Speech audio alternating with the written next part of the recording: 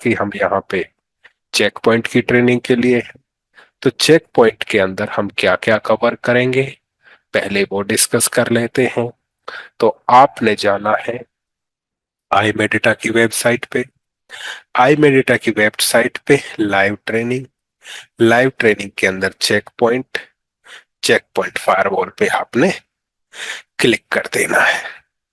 तो आप सीधे चेक पॉइंट के कंटेंट पे आ जाओगे। तो ये हमारा कोर्स कंटेंट है जो हम पूरी ट्रेनिंग के दौरान यहाँ पे पढ़ेंगे अथवा कवर करेंगे। तो इसके अंदर सबसे पहले जो हमारा आएगा वो आएगा यहाँ पे फायरवॉल इंट्रोडक्शन, जिसके अंदर हम सीखेंगे फायरवॉल क्या है, ये क्या करता है, मार्केट में कौन कौन सी फायरवॉल टेक्निक्स अवेलेबल हैं, जैसे कि packet filtering, proxy server, stateful firewall, transparent और नेक्स्ट जनरेशन फायरवॉल क्या है, इनमें क्या डिफरेंसेस है, ये हम पढ़ेंगे। फायरवॉल इंट्रोडक्शन के पश्चात हमारा रहेगा चेक पॉइंट का, या ओवरव्यू का हो या इंट्रोडक्शन का हो। इसके अंदर हम सीखेंगे और जानेंगे कि चेक पॉइंट का गाया ऑपरेटिंग सिस्टम हमें कौन कौन से फीचर्स प्रोवाइड करता है। और जो हम यहाँ पे करेंगे, जो करता है वही मैंने यहाँ पे लिखे हुए हैं। तो ये हमारा रहेगा चेक पॉइंट गाया फीचर्स इंट्रोडक्शन के पश्चात हम सीखेंगे कि check Point Gaia operating system को इंस्टॉल कैसे करेंगे, और इंस्टॉल करके ईव एनजी के अंदर अपनी लैब किस प्रकार से बनाएंगे ताकि हम उनका प्रैक्टिकल कर सकें उन फीचर्स का। जो प्रैक्टिकल हमारे रहेंगे, सबसे पहले आप सीखोगे IPv4 का स्टैटिक राउटिंग और default routing implementation. Check Point firewall another firewalls की तरह IPv4 का स्टैटिक राउटिंग और डिफॉल्ट राउटिंग सपोर्ट करता है, जो हमने यहाँ पे सीखना है। फिर डायनेमिक राउटिंग के अंदर रिप सपोर्ट करता है, तो रिप इम्प्लीमेंटेशन आप यहाँ पे सीखोगे। OSPF इम्प्लीमेंटेशन भी आप यहाँ पे सीखोगे। उसके पश्चात आपका IPv6 राउटिंग स्टार्ट होगा, तो स्टैटिक डिफॉल्ट आप सीखोगे, रिप एनजी इम्प्लीमेंटेशन सीखोगे, OSPF वर्जन 3 इम्प्लीमेंटेशन आप यहाँ पे सीखोगे। फिर चेक पॉइंट फायरवॉल पे हम सीखेंगे कि सिक्योरिटी जोन किस प्रकार से बनाए जाते हैं। अब जो ये जोन है, ये क्यों हम सीखेंगे, उसका रीजन ये है कि अगर मैं जाता हूं यहाँ पे गार्टनर फायरवॉल क्वाड्रेंट 23 जो भी है, तो हम यहाँ पे गए, आपके सामने है। तो वर्तमान समय में हमारा जो है 3 लीडर्स है फायरवॉल के अंदर, कौन कौन से, चेक पॉइंट, पोलो अल्टो और फोर्टिनेट। तो पोलो अल्टो फायरवॉल है, उस पे आप जोन बना सकते हो। फोर्टिनेट पे भी हम क्या बना सकते हैं, जोन बना सकते हैं। तो वही जोन कैपेबिलिटी आपके चेक पॉइंट पे भी है, तो वो हम यहाँ पे सीखेंगे। फिर रहेगा आपका टाइम बेस एक्सेस, कि जब आप रूल बनाते हो तो उसे फॉर एवर के लिए अप्लाई हो जाता है। अगर आप चाहते हो कि जो आपने रूल बनाया है वो स्पेसिफिक टाइम पे ही एक्शन ले पाए या स्पेसिफिक टाइम पे ही ट्रैफिक को अलाउ करे, तो उसमें टाइम बेस रेस्ट्रिक्शन भी आप ऐड कर सकते हो। उसके पश्चात यानी कि बेस IPv4 और IPv6 राउटिंग, जोन और टाइम बेस एक्सेस सीखने के पश्चात आप एडवांस फीचर्स की तरफ बढ़ोगे, जैसे कि नेटवर्क एड्रेस ट्रांसलेशन। तो हम यहाँ पे सीखेंगे introduction and implementation of network address translation, यानी नेटिंग क्या है, क्यों जरूरी है, कितने प्रकार का होता है, और चेक पॉइंट पे कौन कौन सा सपोर्टेड है। थियोरेटिकल और प्रैक्टिकल हम यहाँ पे करेंगे। IPv4 के पश्चात हमारा यहाँ पे रहेगा IPv6 implementation of network address translation, यानी कि जैसे आप IP वर्जन 4 पे नेटवर्क एड्रेस ट्रांसलेशन करोगे, वैसे ही आप IPv6 पे भी नेटवर्क एड्रेस ट्रांसलेशन करोगे। उसके पश्चात हमारा रहेगा IPsec इंट्रोडक्शन। हर वेंडर फायरवॉल के अंदर क्या सपोर्ट करता है, IPsec VPN सपोर्ट करता है। तो हम यहाँ पे सीखेंगे कि साइट टू साइट वीपीएन, पहले हम थ्योरी करेंगे कि वीपीएन क्या है, कौन कौन सी टर्म्स होती हैं, जैसे कि कौन से फीचर देता है, कौन कौन से प्रोटोकॉल यूज करता है, और उन प्रोटोकॉल्स के अंदर कौन कौन से मॉड अथवा फेसेस होते हैं। और फिर हम इम्प्लीमेंटेशन सीखेंगे साइट टू साइट वीपीएन का, चेक पॉइंट पे आई वर्जन 1 के साथ और IKE वर्जन 2 के साथ। तो ये तो रहेगा, आई वर्जन 1 और वर्जन 2 रहेगा। फिर हम मल्टीपल सबनेट्स और मैनुअल नेट का इस्तेमाल करके भी यहाँ पे VPN बनाएंगे, वो आपको उसी टाइम पे बताया जाएगा। जो पहली लैब्स है आइक वर्जन 1 और वर्जन 2, यहाँ पे हम एक एक सबनेट यूज करेंगे, लेकिन कंपनियों के अंदर एक तो होगा नहीं, मल्टीपल होंगे। तो हम मल्टीपल सबनेट्स को यूज करके भी नेटिंग करेंगे, मैनुअल नेट भी यूज करेंगे। तो जो हम VPN करेंगे, तो पहली 3 लैब्स तो Check Point to Check Point रहेंगी। अब इंडस्ट्री के अंदर आपको हर जगह चेक पॉइंट तो मिलेगा नहीं, क्या हो सकता है, सिस्को राउटर हो सकता है। तो हम इम्प्लीमेंटेशन सीखेंगे चेक पॉइंट और सिस्को राउटर के बीच में साइट टू साइट VPN का। फिर सिस्को ASA के साथ सीखेंगे। फिर हम पोलो अल्टो फायरवॉल के साथ साइट टू साइट VPN बनाएंगे। फिर हम FortiGate के साथ बनाएंगे। फिर हम जुनिपर के साथ बनाएंगे। और फिर हम यहाँ पे सिस्को FTD के साथ बनाएंगे। तो वर्ल्ड में जो आपको दिखाया था लीडर्स कौन है, चेक पॉइंट, पोलो अल्टो, फोर्टिनेट। तो चेक पॉइंट से पोलो अल्टो भी आप सीखोगे और FortiGate भी सीखोगे। अनदर वेंडर के साथ भी आप यहाँ पे VPN बनाना सीखोगे। फिर हमारा रहेगा introduction and implementation of SSL VPN।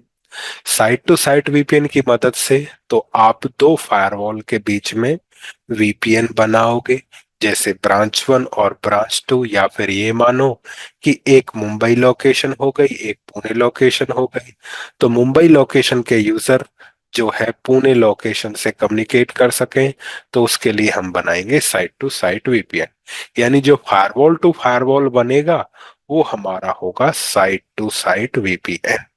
लेकिन अब जैसे कि कुछ 2019 से कोविड कोविड काल चला था, तो हर एक कंपनी ने क्या दे दिया था, वर्क फ्रॉम होम दिया था।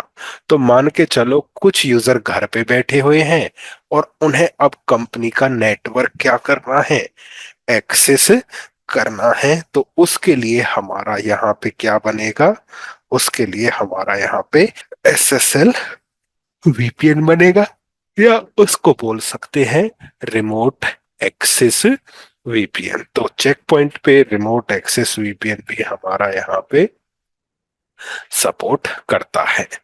तो चलो इसको डायग्राम से बता देते हैं कि जो हमारा रहेगा। तो पहले हम किसकी बात कर रहे थे, पहले हम बात कर रहे थे साइट टू साइट VPN। तो साइट टू साइट VPN कब होगा, कि मान के चलो आपके पास एक फायरवॉल हो गया जो किससे कनेक्टेड है, इंटरनेट के साथ आपका कनेक्टेड है, और ये आपका दूसरा फायरवॉल हो गया। अब दोनों के बीच में हमारा जो VPN रहेगा, वो रहेगा हमारा यहाँ पे कौन सा? Site to site VPN. तो साइट टू साइट वीपीएन की मदद से मेरा एक ब्रांच दूसरे ब्रांच से कम्युनिकेट करेगा ओवर द इंटरनेट। ये दो भी हो सकते हैं और ये 200 भी हो सकते हैं। तो ब्रांचेस कितने भी आपके हो सकते हैं। तो जब दो branches over the internet communicate करेंगे तो हम साइट टू साइट वीपीएन बनाएंगे। उसके पश्चात यहाँ पे हमारा आता है, क्या आता है, नेक्स्ट हमारा यहाँ पे आएगा introduction and implementation of SSL VPN. तो एसएसएल वीपीएन में हमारा क्या रहेगा, हम बात कर रहे हैं एसएसएल वीपीएन, या बोले तो इसको बोलते हैं रिमोट एक्सेस वीपीएन। तो ये मान के चलो हमारे पास क्या हुआ, इंटरनेट हुआ, और इंटरनेट से हमने एक फायरवॉल कनेक्ट किया।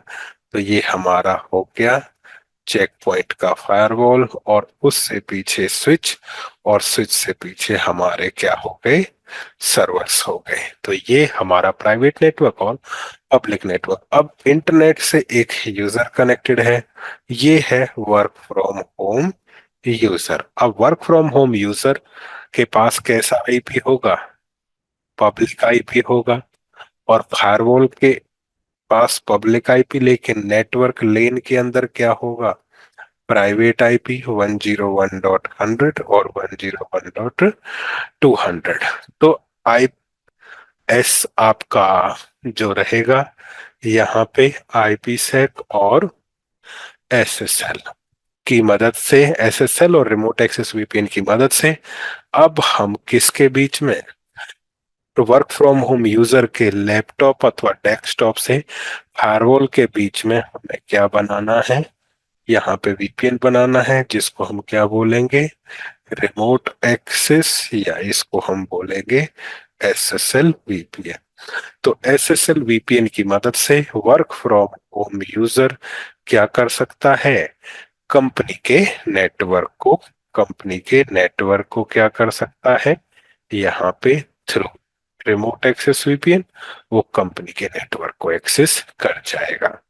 तो ये हमारा रहेगा एसएसएल वीपीएन अथवा रिमोट एक्सेस वीपीएन। तो दो वीपीएन सपोर्ट करता है, दोनों के दोनों हमें यहाँ पे थियोरेटिकल और प्रैक्टिकल करने हैं। उसके पश्चात हमारा आएगा यहाँ पे नेक्स्ट हमारा क्या है, introduction and implementation of identity awareness. अब ये आइडेंटिटी अवेयरनेस क्या है, इसको समझेंगे, उसके लिए आपके सामने है। तो हम यहाँ पे डिस्कस कर रहे हैं आइडेंटिटी अवेयरनेस। आइडेंटिटी अवेयरनेस ये हो गया पीसी। तो ये हो गया यहाँ पे पीसी। पीसी को मैंने कनेक्ट किया स्विच से, और स्विच से मेरा चेक पॉइंट कनेक्टेड है, चेक पॉइंट से मैंने कनेक्ट कर दिया यहाँ पे इंटरनेट।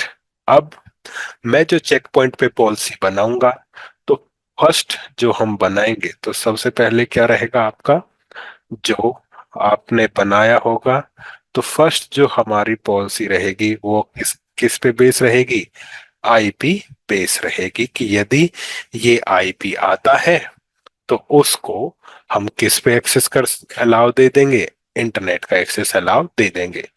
लेकिन अब हम यहाँ पे कुछ और करना चाहते हैं, वो क्या है, वो है ये कि मेरी कंपनी के अंदर क्या कनेक्टेड है, माइक्रोसॉफ्ट का एडी कनेक्टेड है, और मैं चाहता हूं एडी का और चेक पॉइंट का क्या करना, इंटीग्रेशन। तो मैंने एडी और चेक पॉइंट का क्या कर दिया, इंटीग्रेशन कर दिया।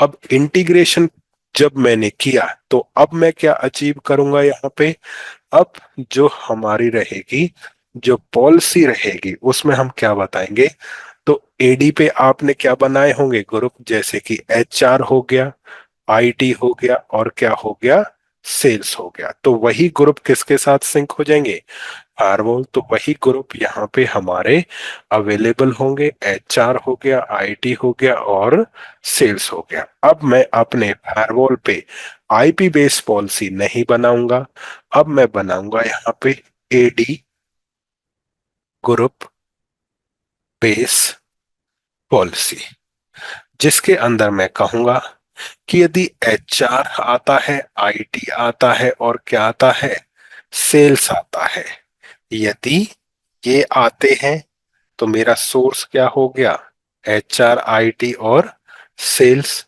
उसके अंदर फिर मैं यहाँ पे क्या बताऊंगा, डेस्टिनेशन। डेस्टिनेशन में मैंने क्या दे दिया, इंटरनेट, कि इंटरनेट पे जाएं। और फिर में क्या दे देंगे यहाँ पे, एक्शन। एक्शन में क्या दिया, अलाउ, और फिर लॉग, और हमने लॉग यहाँ पे इनेबल कर दिया। तो हमने क्या अचीव किया कि नॉर्मली हम चेक पॉइंट फायरवॉल पे आईपी बेस्ड पॉलिसी बनाते हैं, लेकिन अगर हम एडी, माइक्रोसॉफ्ट एक्टिव डायरेक्टरी और चेक पॉइंट फायरवॉल या चेक पॉइंट सिक्योरिटी गेटवे का इंटीग्रेशन कर देते हैं, तो हम एडी पे जो ग्रुप अवेलेबल हैं उनको चेक पॉइंट के साथ सिंक कर देंगे। और जब हमने इन्हें सिंक कर दिया है तो उन्हीं ग्रुप, जितने भी ग्रुप हमारे यहाँ पे क्या हुए हैं, सिंक हुए हैं, उन्हीं ग्रुप को इस्तेमाल करके हम यहाँ पे क्या बना सकते हैं, अपनी पॉलिसी बना सकते हैं। तो क्या अचीव किया हमने, यदि चेक पॉइंट फायरवॉल पे एडी ग्रुप, एडी के ग्रुप बेस्ड पॉलिसी आप क्या करना चाहते हो, डिप्लॉय करना चाहते हो, तो हमें यूज करना पड़ेगा आइडेंटिटी अवेयरनेस। तो दो चीजें आपको मिलेंगी। पहली चीज, एडी ग्रुप बेस्ड पॉलिसी आपने डिप्लॉय कर लिया, तो एक तो ये रिजल्ट आपको मिलेगा। दूसरा, आपको एक्यूरेट यूजर इंफॉर्मेशन मिलेगी। एक्यूरेट यूजर इंफॉर्मेशन आप अचीव करोगे किसके अंदर, इन लॉग्स। जब भी आप चेक पॉइंट पे लॉग देखोगे तो लॉग में आपको एक्यूरेट यूजर की इंफॉर्मेशन मिलेगी आईपी की जगह। तो जब भी हम ये करना चाहेंगे कि एक तो एडी पे जितने भी ग्रुप बने हुए हैं वो ग्रुप बेस्ड पॉलिसी फायरवॉल पे लगा पाए, दूसरा एक्यूरेट यूजर इंफॉर्मेशन हमें मिले, तो हम आइडेंटिटी अवेयरनेस का इस्तेमाल करेंगे। तो ये होगा हमारा यहाँ पे आइडेंटिटी अवेयरनेस। नेक्स्ट क्या है, नेक्स्ट है हमारा यहाँ पे HTTPS इंस्पेक्शन और SSL डिक्रिप्शन। अब इसके बारे में जानते हैं, तो इसको भी हम डायग्राम की मदद से समझेंगे। हम पढ़े रहे हैं यहाँ पे क्या, HTTPS, HTTPS इंस्पेक्शन। अब इसको दूसरे वेंडर में SSL डिक्रिप्शन भी बोला जाता है। तो ये क्या है, ये हमें जानना है। तो हमारे पास हो गया एक क्लाइंट, जिसको मैंने कनेक्ट किया किसके साथ, क्लाइंट। क्लाइंट को चेक पॉइंट के साथ कनेक्ट कर दिया। चेक पॉइंट आपका कनेक्टेड है किसके साथ, इंटरनेट के साथ। और इंटरनेट के साथ जैसे ही कनेक्ट किया, यहाँ पे हमारा एक सर्वर है किसका, HTTPS या बोले तो SSL का। अब यहाँ पे हमने अलाउ कर दिया क्या, HTTPS या फिर SSL। तो अब होगा क्या, जो यूजर है वो फायरवॉल के साथ क्या बनाएगा, टनल बनाएगा। और उस टनल के रास्ते वो क्या करेगा, यहाँ पे SEC, secure communication, secure communication user करेगा। अब जब सिक्योर कम्युनिकेशन करेगा तो इसका इस्तेमाल करके, इस टनल का इस्तेमाल करके वो क्या कर सकता है, वायरस भी भेज सकता है। तो वायरस भी भेज सकता है, स्पाईवेयर भी भेज सकता है, और डेटा का क्या हो सकता है, लॉस भी हो सकता है, कॉन्फिडेंशियल इंफॉर्मेशन भी वो ले जा सकते हैं। तो हमें क्या करना पड़ेगा, हमें अपने फायरवॉल पे HTTPS क्या लगाना पड़ेगा, इंस्पेक्शन इनेबल करना पड़ेगा। तो हमने HTTPS या SSL डिक्रिप्शन इनेबल करना पड़ेगा। जब इनेबल कर दोगे तो फायरवॉल टनल के अंदर जाके देखेगा, तो फायरवॉल टनल के अंदर जाके देखेगा कि क्या इन हो रहा है, क्या आउट हो रहा है।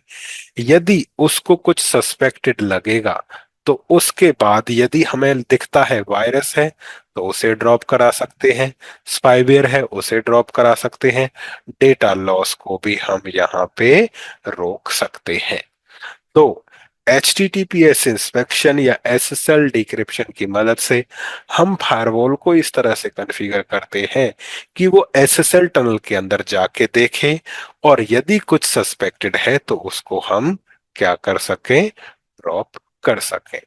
जब आप डिक्रिप्शन इनेबल कर दोगे तो वहां पे फायरवॉल क्या नहीं करने देगा, जब डिक्रिप्शन इनेबल हो जाएगा तो फायरवॉल क्लाइंट को डायरेक्टली सर्वर के साथ सेशन बनाने नहीं देगा। तो फिर कैसे रहेगा, जब ये आपका होगा तो यहाँ पे दो टनल आपके बनेंगे। पहला टनल, जो पहला टनल है हमारा, वो बनेगा क्लाइंट टू फायरवॉल।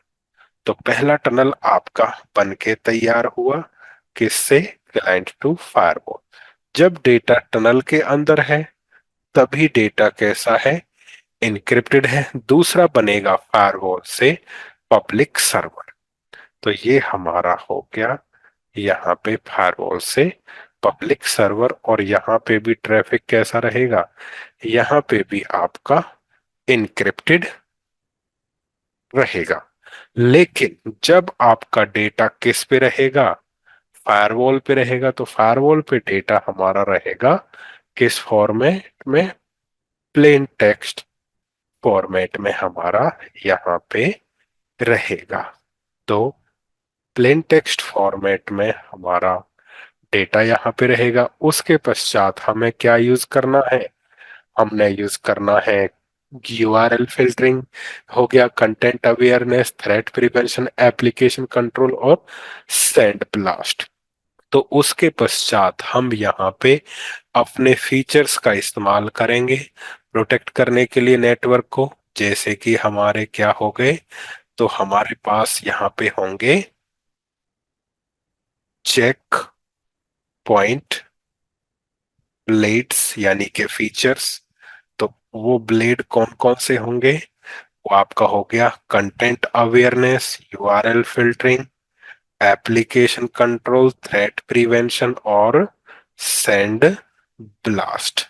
तो इतने सारे फीचर्स का हम यहाँ पे जो प्लेन टेक्स्ट डेटा है उसको चेक पॉइंट ब्लेड्स को दे देंगे। चेक पॉइंट ब्लेड्स उनको क्लीन कर देगा, ट्रैफिक को।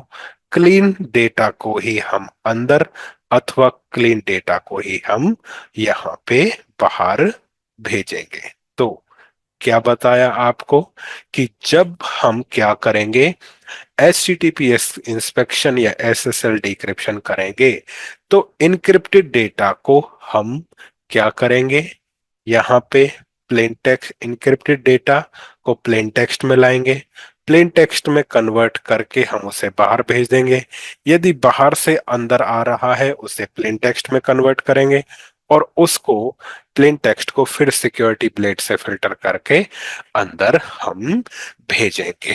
तो इससे फायदा क्या हुआ, जो हमारा फायरवॉल है वो SSL टनल के अंदर भी जाके देख लेगा कि यदि कुछ सस्पेक्टेड जा रहा है तो उसको हम content awareness, URL filtering, application control, threat prevention जैसे ब्लेड से उसे फिल्टर कराएंगे। सेंड ब्लास्ट के द्वारा भी उसको हम फिल्टर कराएंगे। यानी कि HTTPS इंस्पेक्शन से हम अंडर SSL टनल भी अपने ऑर्गेनाइजेशन की पॉलिसी डिप्लॉय कर सकते हैं, और इसी को SSL डिक्रिप्शन भी बोला जाता है।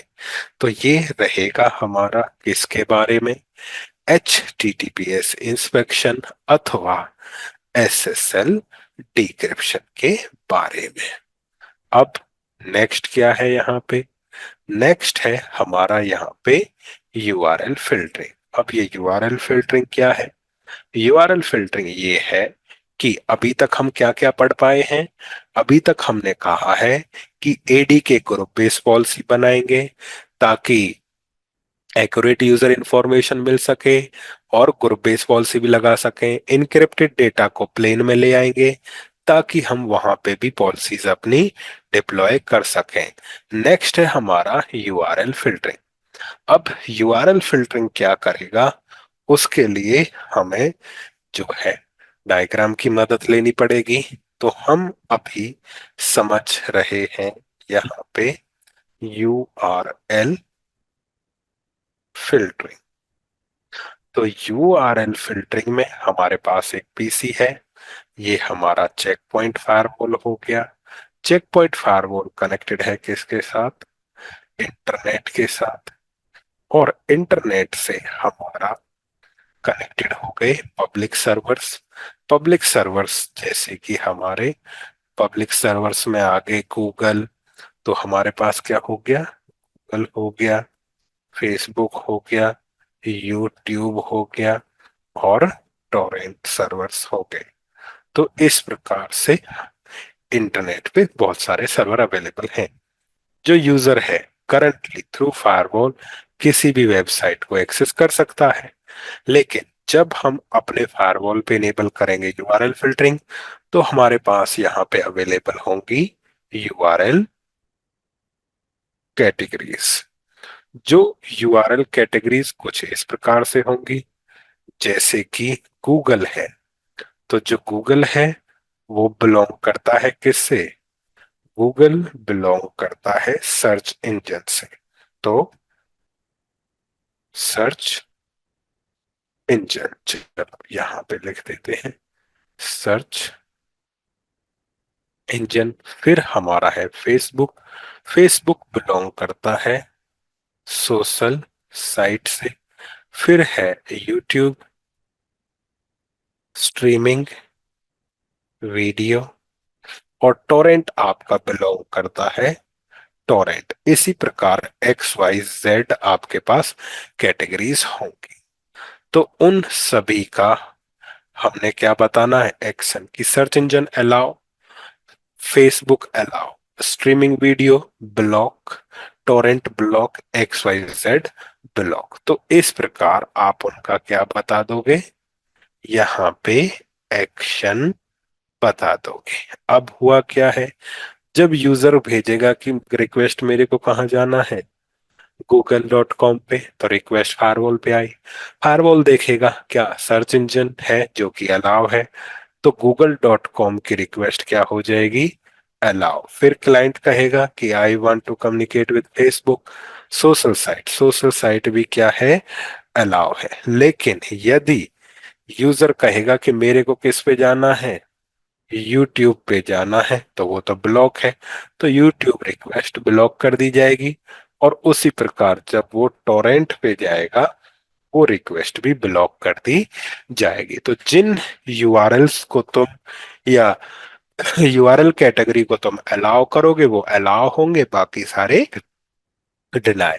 तो यूआरएल फिल्टरिंग के द्वारा, with the help of URL filtering, हम अपने फायरवॉल को इस तरह से कॉन्फ़िगर करेंगे कि कौन से यूआरएल अलाउ है, कौन से डिनाई है। जो अलाउ किए हैं वही अलाउ करेंगे, अलाउ होंगे। जो डिनाई कर दोगे वो हमारे डिनाई हो जाएंगे। इस प्रकार से हमारा यहाँ पे रहेगा।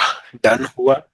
तो ये रहेगा किसके अंदर, यूआरएल फिल्टरिंग के अंदर। नेक्स्ट है हमारा यहाँ पे कंटेंट अवेयरनेस। अब ये कंटेंट अवेयरनेस से मतलब क्या है, तो कंटेंट अवेयरनेस से हमारा मतलब यहाँ पे है ये कि, तो ये तो हो गया यूआरएल फिल्टरिंग। अब हम डिस्कस करेंगे कंटेंट अवेयरनेस।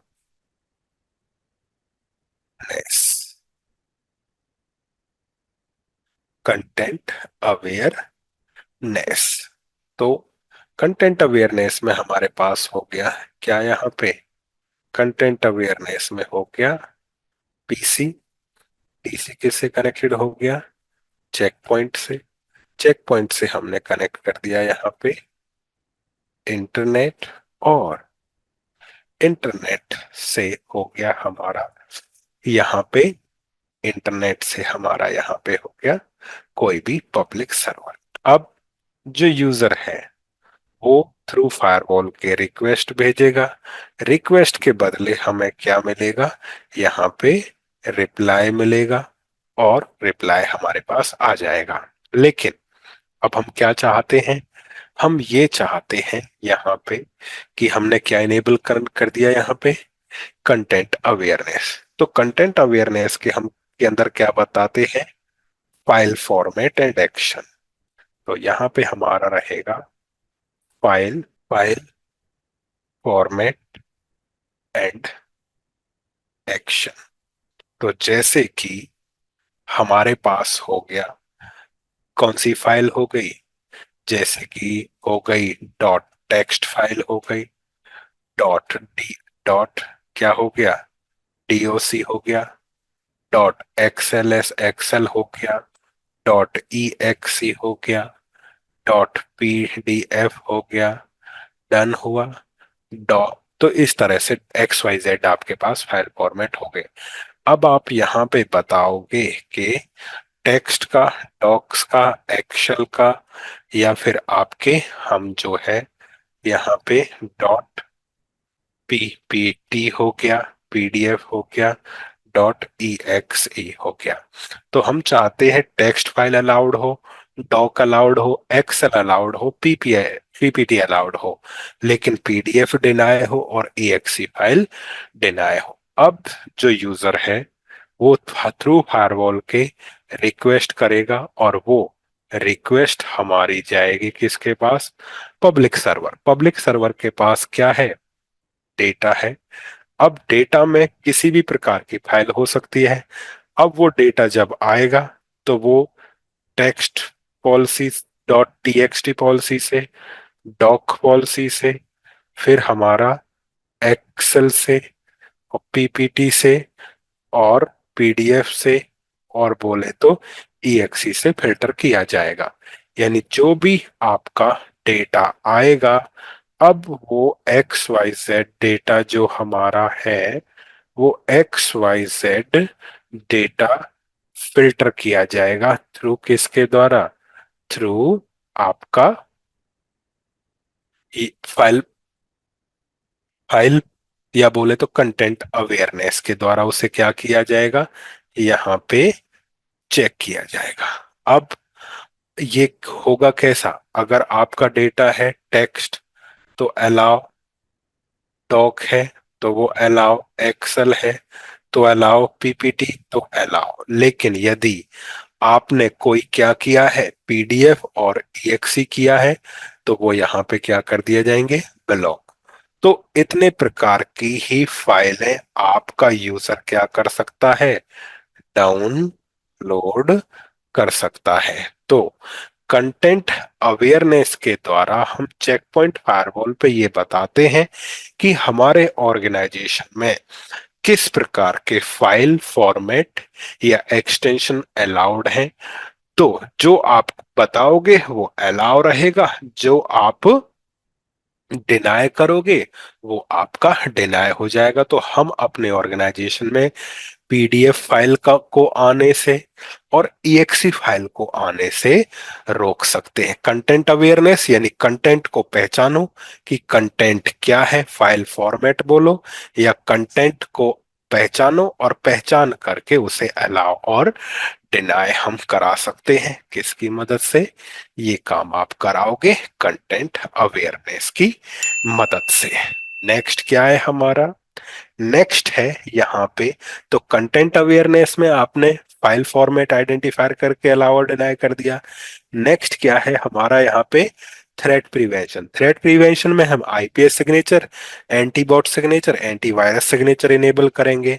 तो यहाँ पे आपने फाइल को तो अलाउ कर लिया, नेक्स्ट है हमारा थ्रेट प्रिवेंशन। अब ये थ्रेट प्रिवेंशन क्या है, थ्रेट प्रिवेंशन ये है कि फाइल तो है ही, अब वायरस भी आ सकता है। तो उसके लिए हमारा यहाँ पे कौन सा रहेगा, नेक्स्ट हमारा यहाँ पे रहेगा थ्रेट प्रिवेंशन। तो ये सिनेरियो सेम ही रहेगा, बाकी हम यहाँ पे हटा देते हैं। तो अब हम पढ़ रहे हैं यहाँ पे कौन सा, थ्रेट प्रिवेंशन। थ्रेट प्रिवेंशन तो थ्रेट प्रिवेंशन के अंदर सेम क्लाइंट है, फायरवॉल है, इंटरनेट है, डेटा। अब जो डेटा है उसके अंदर क्या हो सकता है? उसके अंदर आपका वायरस हो सकता है, बॉट हो सकता है, और आपका कोई भी अटैक हो सकता है। तो उसके लिए हम अपने फायरवॉल पे इनेबल करेंगे एंटीवायरस, एंटीबॉट एंड आईपीएस सिग्नेचर। तो यहाँ पे हमने इनेबल कर देना है अपने फायरवॉल पे थ्रेट प्रिवेंशन वाला ब्लेड। तो ये हो गया हमारा यहाँ पे थ्रेट प्रिवेंशन ब्लेड। तो यहाँ जगह नहीं बची है तो मैं उसको बाहर लिख देता हूँ। तो थ्रेट प्रिवेंशन ब्लेड हमने इनेबल कर दिया, जिसके अंदर क्या रहेगा? एंटीवायरस, एंटी एंटीबॉट और आईपीएस सिग्नेचर्स। ब्लेड यानी सिग्नेचर्स, तो वो फिर आपका आ गया। एंटीवायरस, एंटीबॉट एंड आईपीएस सिग्नेचर आपने इनेबल कर दिए। अब जो पहले था फाइल फॉर्मेट को तो कंटेंट अवेयरनेस से रोकेंगे। अब ये हमारा डेटा है। अब ये जब डेटा आएगा तो ये किससे? एंटीवायरस, एंटी बॉट और आईपीएस सिग्नेचर से फिल्टर होगा। जो एंटीवायरस है वो क्या करेगा? ब्लॉक करेगा किसको? वायरस को ब्लॉक करेगा। जो एंटीबॉट है वो ब्लॉक करेगा बॉट को। और उसके अलावा जो आईपीएस है वो आपका क्या करेगा? ब्लॉक करेगा अटैक्स को। तो हमें क्या मिलेगा? हमें मिलेगा यहाँ पे वायरस फ्री डेटा मिलेगा, बॉट फ्री डेटा मिलेगा, और अटैक बोलो या मालवेयर फ्री हमें डेटा मिलेगा। या हम बोलें तो एक क्लीन डेटा हमें मिलेगा, और वही क्लीन डेटा क्लाइंट को दिया जाएगा। तो जब भी चेक पॉइंट फायरवॉल पे हम एंटीवायरस, एंटीबॉट और आईपीएस सिग्नेचर इनेबल करेंगे, वो हमारा काउंट किया जाएगा थ्रेट प्रिवेंशन के अंदर। और थ्रेट प्रिवेंशन के अंदर जब हम ये ब्लेड्स इनेबल करेंगे, एंटीवायरस वायरस को, एंटीबॉट बॉट को, आईपीएस अटैक से रोकेगा। तो virus free, bot free, attack और मालवेयर फ्री डेटा आपको यहाँ पे मिलेगा, यानी कि क्लीन डेटा, और वही क्लीन डेटा क्लाइंट को दिया जाएगा। तो ये हमारा रहेगा क्या? Threat prevention. उसके पश्चात हमारा यहाँ पे आता है एप्लीकेशन कंट्रोल। तो अभी तक आप क्या सीख चुके होंगे कि एडी का इंटीग्रेशन कैसे करना है, इनक्रिप्टेड डेटा को प्लेन में कैसे लाना है, यूआरएल फिल्टरिंग कैसे करनी है, फाइल फॉर्मेट या कंटेंट अवेयरनेस किस प्रकार से डिप्लॉय करके फाइल को अलाउ और डिनाई करेंगे, अपने नेटवर्क को अटैक, बॉट और वायरस से बचाने के लिए थ्रेट प्रिवेंशन का फीचर या ब्लेड इनेबल करेंगे। नेक्स्ट है हमारा यहाँ पे क्या? Application control. अब ये एप्लीकेशन कंट्रोल क्या है ये हमें समझना है। तो समझने के लिए डायग्राम की मदद, सेम डायग्राम रहेगा। तो अब हम यहाँ पे डिस्कस करेंगे किसके बारे में? Application control. तो हमारा रहेगा एप्लीकेशन कंट्रोल। तो हमारे पास क्या हो गया? पीसी। पीसी को हमने जोड़ दिया किसके साथ? पीसी कनेक्टेड है चेक पॉइंट के साथ। चेक पॉइंट कनेक्टेड है किसके साथ? इंटरनेट के साथ। और इंटरनेट कनेक्टेड हो गया यहाँ पे एक सर्वर के साथ, जैसे कि आपका फेसबुक। अब जो क्लाइंट है, क्लाइंट का डायनेमिक पोर्ट, क्लाइंट का डायनेमिक पोर्ट हिट करेगा फेसबुक को। कितने पे हिट करेगा? हिट करेगा फेसबुक को 443 पे। तो यहाँ पे जो पहला सेशन बनेगा वो बनेगा एसएसएल का। फिर एसएसएल के अंदर बनेगा फेसबुक का। फिर फेसबुक के अंदर बन सकता है फेसबुक चैट का। फिर चैट के अंदर बन सकता है फेसबुक पोस्ट का। फिर पोस्ट के अंदर बन सकता है यहाँ पे फेसबुक गेम्स का। फिर फेसबुक गेम्स के साथ साथ बन सकता है, तो यहाँ पे हम कि पहला सेशन किसका बनेगा? पहला सेशन बना यहाँ पे एसएसएल। ठीक है, एसएसएल का हमारा बना। और एसएसएल एसएसएल का बना। एसएसएल के अंदर या फिर ऐसे भी हो सकता है कि हमारे पास मान के चलो ये सर्वर हो गए, या तो फेसबुक का है ये, या फिर आपका किसका है, दूसरा सर्वर जी मेल का है। तो इस प्रकार से तो हाफ में डिवाइड कर देते हैं कि जो पहला सेशन बनेगा पहला वो एसएसएल का बनेगा।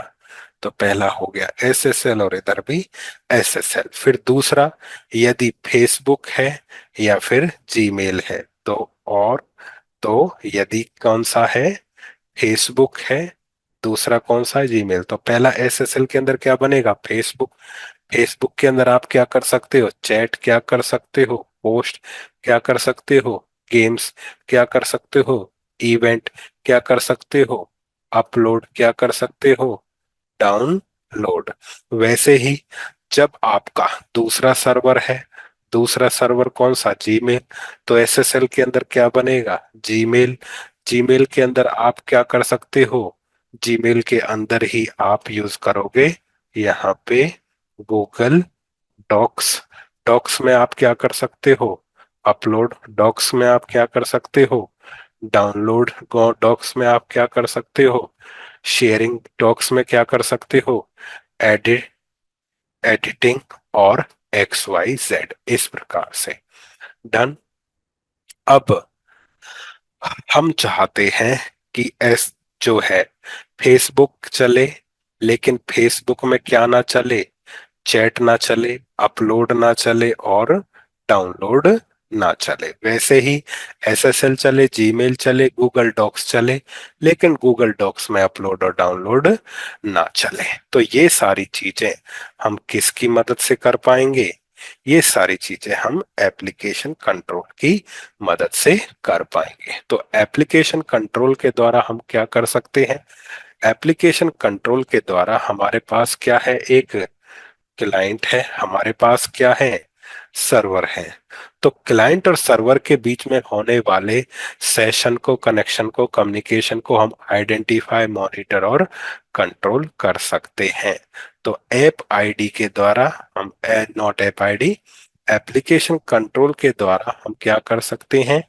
Using it, using it, using it, using application control, using application control, we can control, we can, we can identify, monitor and control the application between client and server।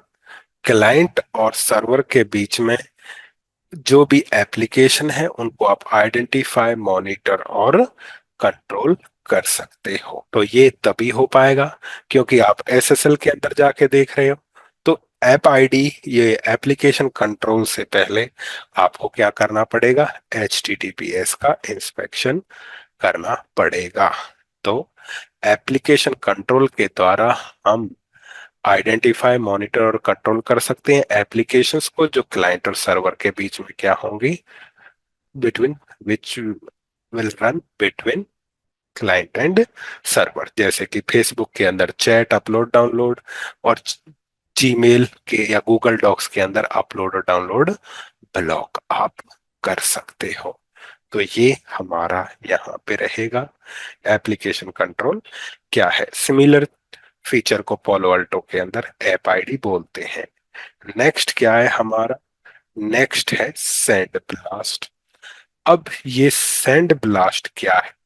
अभी तक जो हमने पढ़ा यूजर कौन है, encrypted को plane में ले आओ, यूआरएल ब्लॉक कर दो, फाइल ब्लॉक कर दो, अटैक से बचाओ, एप्लीकेशन कंट्रोल कर दो। तो अभी तक जितने प्रकार का इम्प्लीमेंटेशन आपने किया वो आपने नॉन अटैक को वो आपने नॉन अटैक से बचने के लिए किया। नेक्स्ट है हमारा यहाँ पे चेक पॉइंट सेंड ब्लास्ट। अब ये चेक पॉइंट सेंड ब्लास्ट क्या है ये हमें समझना है। तो नेक्स्ट है हमारा यहाँ पे Check Point SandBlast. Okay, समझने के लिए हमारे पास हो गया एक पीसी। पीसी को हमने कनेक्ट किया चेक पॉइंट के साथ, चेक पॉइंट को हमने कनेक्ट कर दिया यहाँ पे इंटरनेट के साथ। इंटरनेट पे कनेक्टेड है एक पब्लिक सर्वर, और चेक पॉइंट पे हमने बनाया रूल, रूल नंबर 1 जो अभी तक कर रखा है कि यदि क्या है, इफ, तो हमने चेक पॉइंट पे बनाया रूल नंबर 1 कि if attacks are, if attacks are none, यदि तुम अटैक को जानते हो तो क्या ले लेना है, action. If attacks are none then action. तो अटैक को हम किससे जानेंगे, सिग्नेचर से। तो हमारे पास यहाँ पे सिग्नेचर हो गए, जैसे कि हमने क्या लगाया था, हमने लगाया content awareness, threat prevention, application control.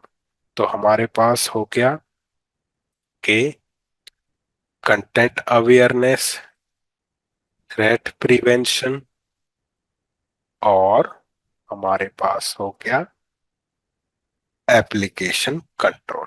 तो 3 प्रकार के हमने यहाँ पे सिग्नेचर्स लगा दिए, या इनको ऐसे समझ सकते हो कि हमारे पास कौन सा कंटेंट है, कंटेंट अवेयरनेस के सिग्नेचर हैं, थ्रेट प्रिवेंशन के हैं, और आपके पास यूआरएल फिल्टरिंग का है, और हमारे पास यहाँ पे आपका URL filtering, content aware, threat prevention और एप्लीकेशन कंट्रोल, और हमारे पास जो है एप्लीकेशन कंट्रोल। ये सिग्नेचर्स हमारे पास हैं।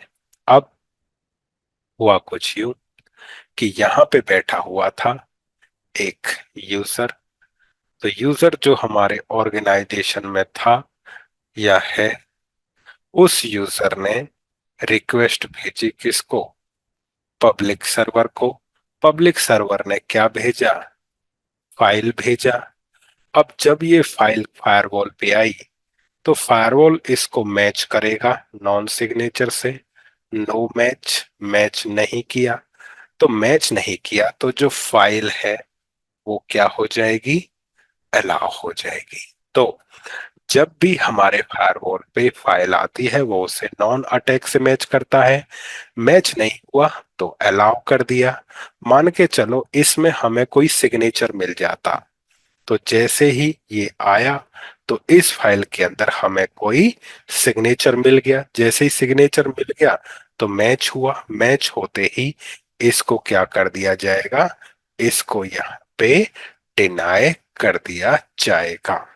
तो फायरवॉल के पास कोई भी फाइल आएगी वो उसको मैच करेगा नॉन सिग्नेचर से, नॉन अटैक से। यदि अटैक के साथ कोई भी सिग्नेचर मैच होता है तो उसे डिनाई कर दिया जाएगा। अच्छी बात है। लेकिन मान के चलो जो ये फाइल आई है इसके अंदर नॉन अटैक नहीं है, एक 0 डे अटैक है। कैसा अटैक हमें मिला है, हमें यहाँ पे मिला है एक फाइल, और जिसके अंदर क्या है, जिसके अंदर हमें मिला है यहाँ पे एक 0 day attack, ZDA 0 day attack आया है। तो अब हमारे पास एक फाइल आई है जिसके अंदर कैसा है, 0 डे अटैक है, अननोन अटैक है। अब फायरवॉल इस फाइल को मैच करेगा किसके साथ, नॉन अटैक के साथ, लेकिन नो मैच, नॉन अटैक से ये मैच करेगा ही नहीं, मैच नहीं करेगा। तो ये फाइल जो थी, फाइल जिसके अंदर क्या था हमारा, जिसके अंदर था ZDA, 0 डे अटैक, और वो क्या हो गया, अलाउ हो गया, ZDA अलाउ हो गया, और ये होस्ट कॉम्प्रोमाइज हो जाएगा। इसी प्रकार ये फाइल जितने भी होस्ट पे जाएगी वो उन सभी को क्या कर देगी, कॉम्प्रोमाइज कर देगी। तो अब हमें इसको रोकना है। रोकने के लिए हम यहाँ पे एक सेकंड रूल बनाएंगे। तो हमें बनाना है यहाँ पे रूल नंबर 2। तो हमारा रहेगा यहाँ पे रूल नंबर 2। रूल नंबर 2 में हम क्या इनेबल करेंगे, हम इनेबल करेंगे सेंड बॉक्स इंस्पेक्शन। हम क्या इनेबल करेंगे, सैंड बॉक्स इंस्पेक्शन। अब ये सैंड बॉक्स इंस्पेक्शन ही चेक पॉइंट के अंदर क्या है, सैंड ब्लास्ट है। सैंड बॉक्स इंस्पेक्शन ही सैंड ब्लास्ट है। और इसके अंदर हम बताएंगे, क्या बताएंगे, कि इफ सैंड ब्लास्ट के अंदर ही हम यहाँ पे बताएंगे, सैंड बॉक्स इंस्पेक्शन के अंदर ही हम बताएंगे कि इफ, यदि,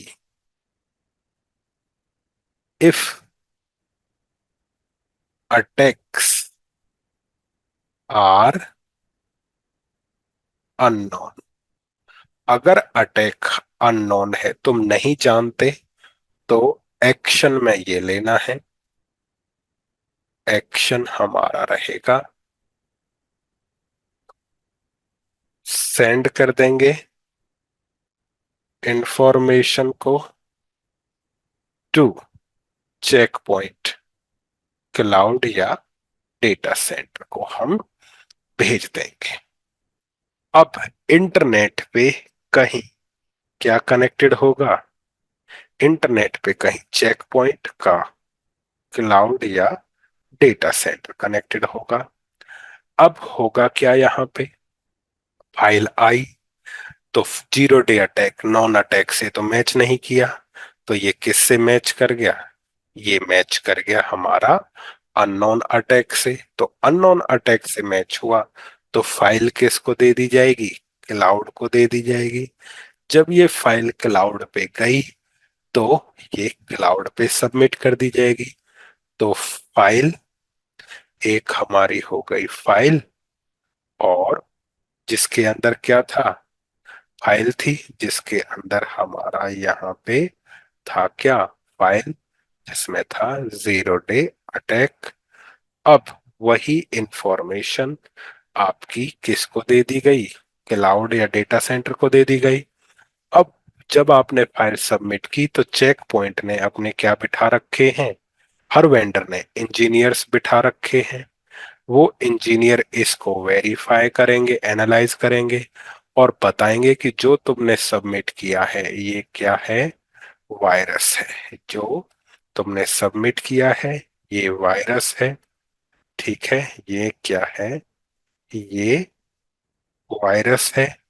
और उस वायरस का क्या निकालेंगे वो, है ये, वायरस का सॉल्यूशन निकाला जाएगा। उस सॉल्यूशन का क्या तैयार किया जाएगा, अपडेट, जिसे हम क्या बोलेंगे, सेंड ब्लास्ट अपडेट बोलेंगे। वही अपडेट आपको फायरवॉल पे क्या कर दिया जाएगा, सेंड किया जाएगा। तो जो अब अपडेट आया है, तो हमें क्या मिल गया यहाँ पे, सेंड ब्लास्ट अपडेट यहाँ आया। जैसे ही इस पे आएगा वो उसे एक्सेप्ट करेगा और नॉन डेटाबेस में ले आएगा। तो वहां से सेंड हुआ, यहाँ पे अपडेट क्या हो गया, यहाँ पे अपडेट उसने क्या कर लिया, एक्सेप्ट कर लिया और नॉन डेटाबेस में ले आया। तो जो पहले अननोन था अब क्या हो गया नॉन। तो इस प्रोसेस में टाइम कितना लगेगा।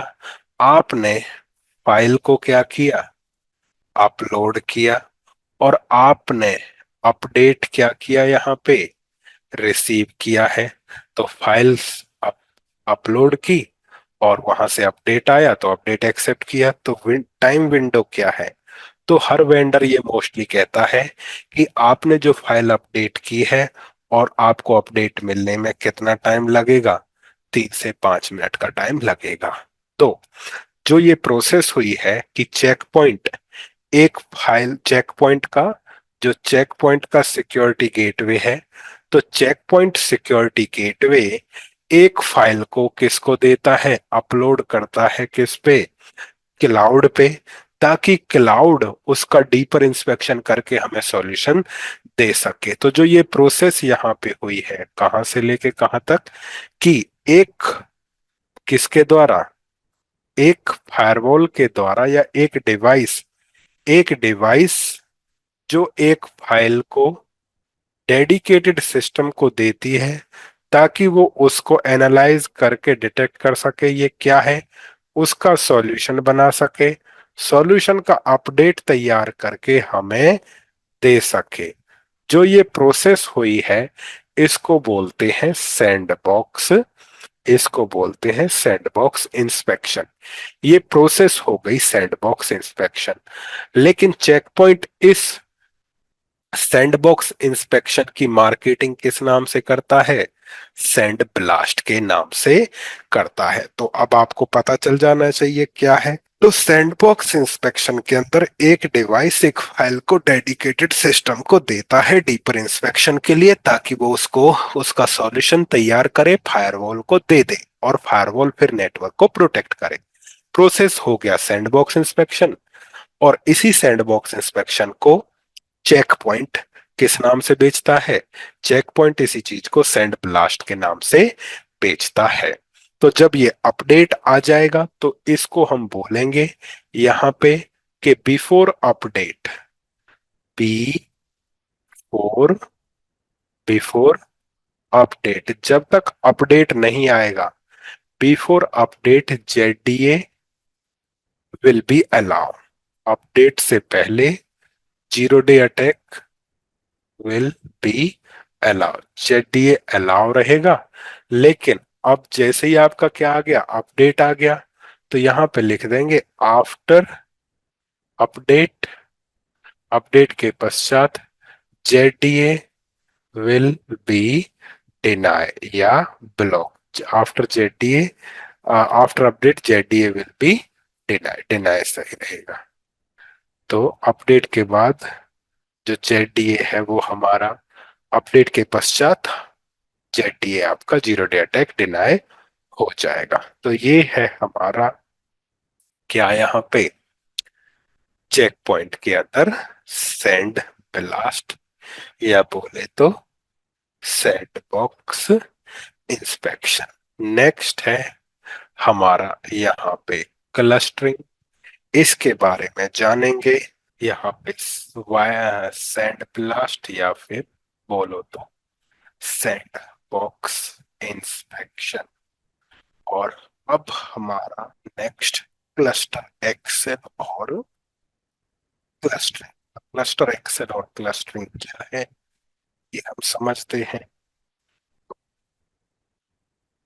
मान के चलो हमारे पास है यहाँ पे एक पीसी जो कनेक्टेड है स्विच से, स्विच से हमने चेक पॉइंट का फायरवॉल कनेक्ट किया, वो आउटसाइड स्विच से, और आउटसाइड स्विच से हमने कनेक्ट कर दिया इंटरनेट।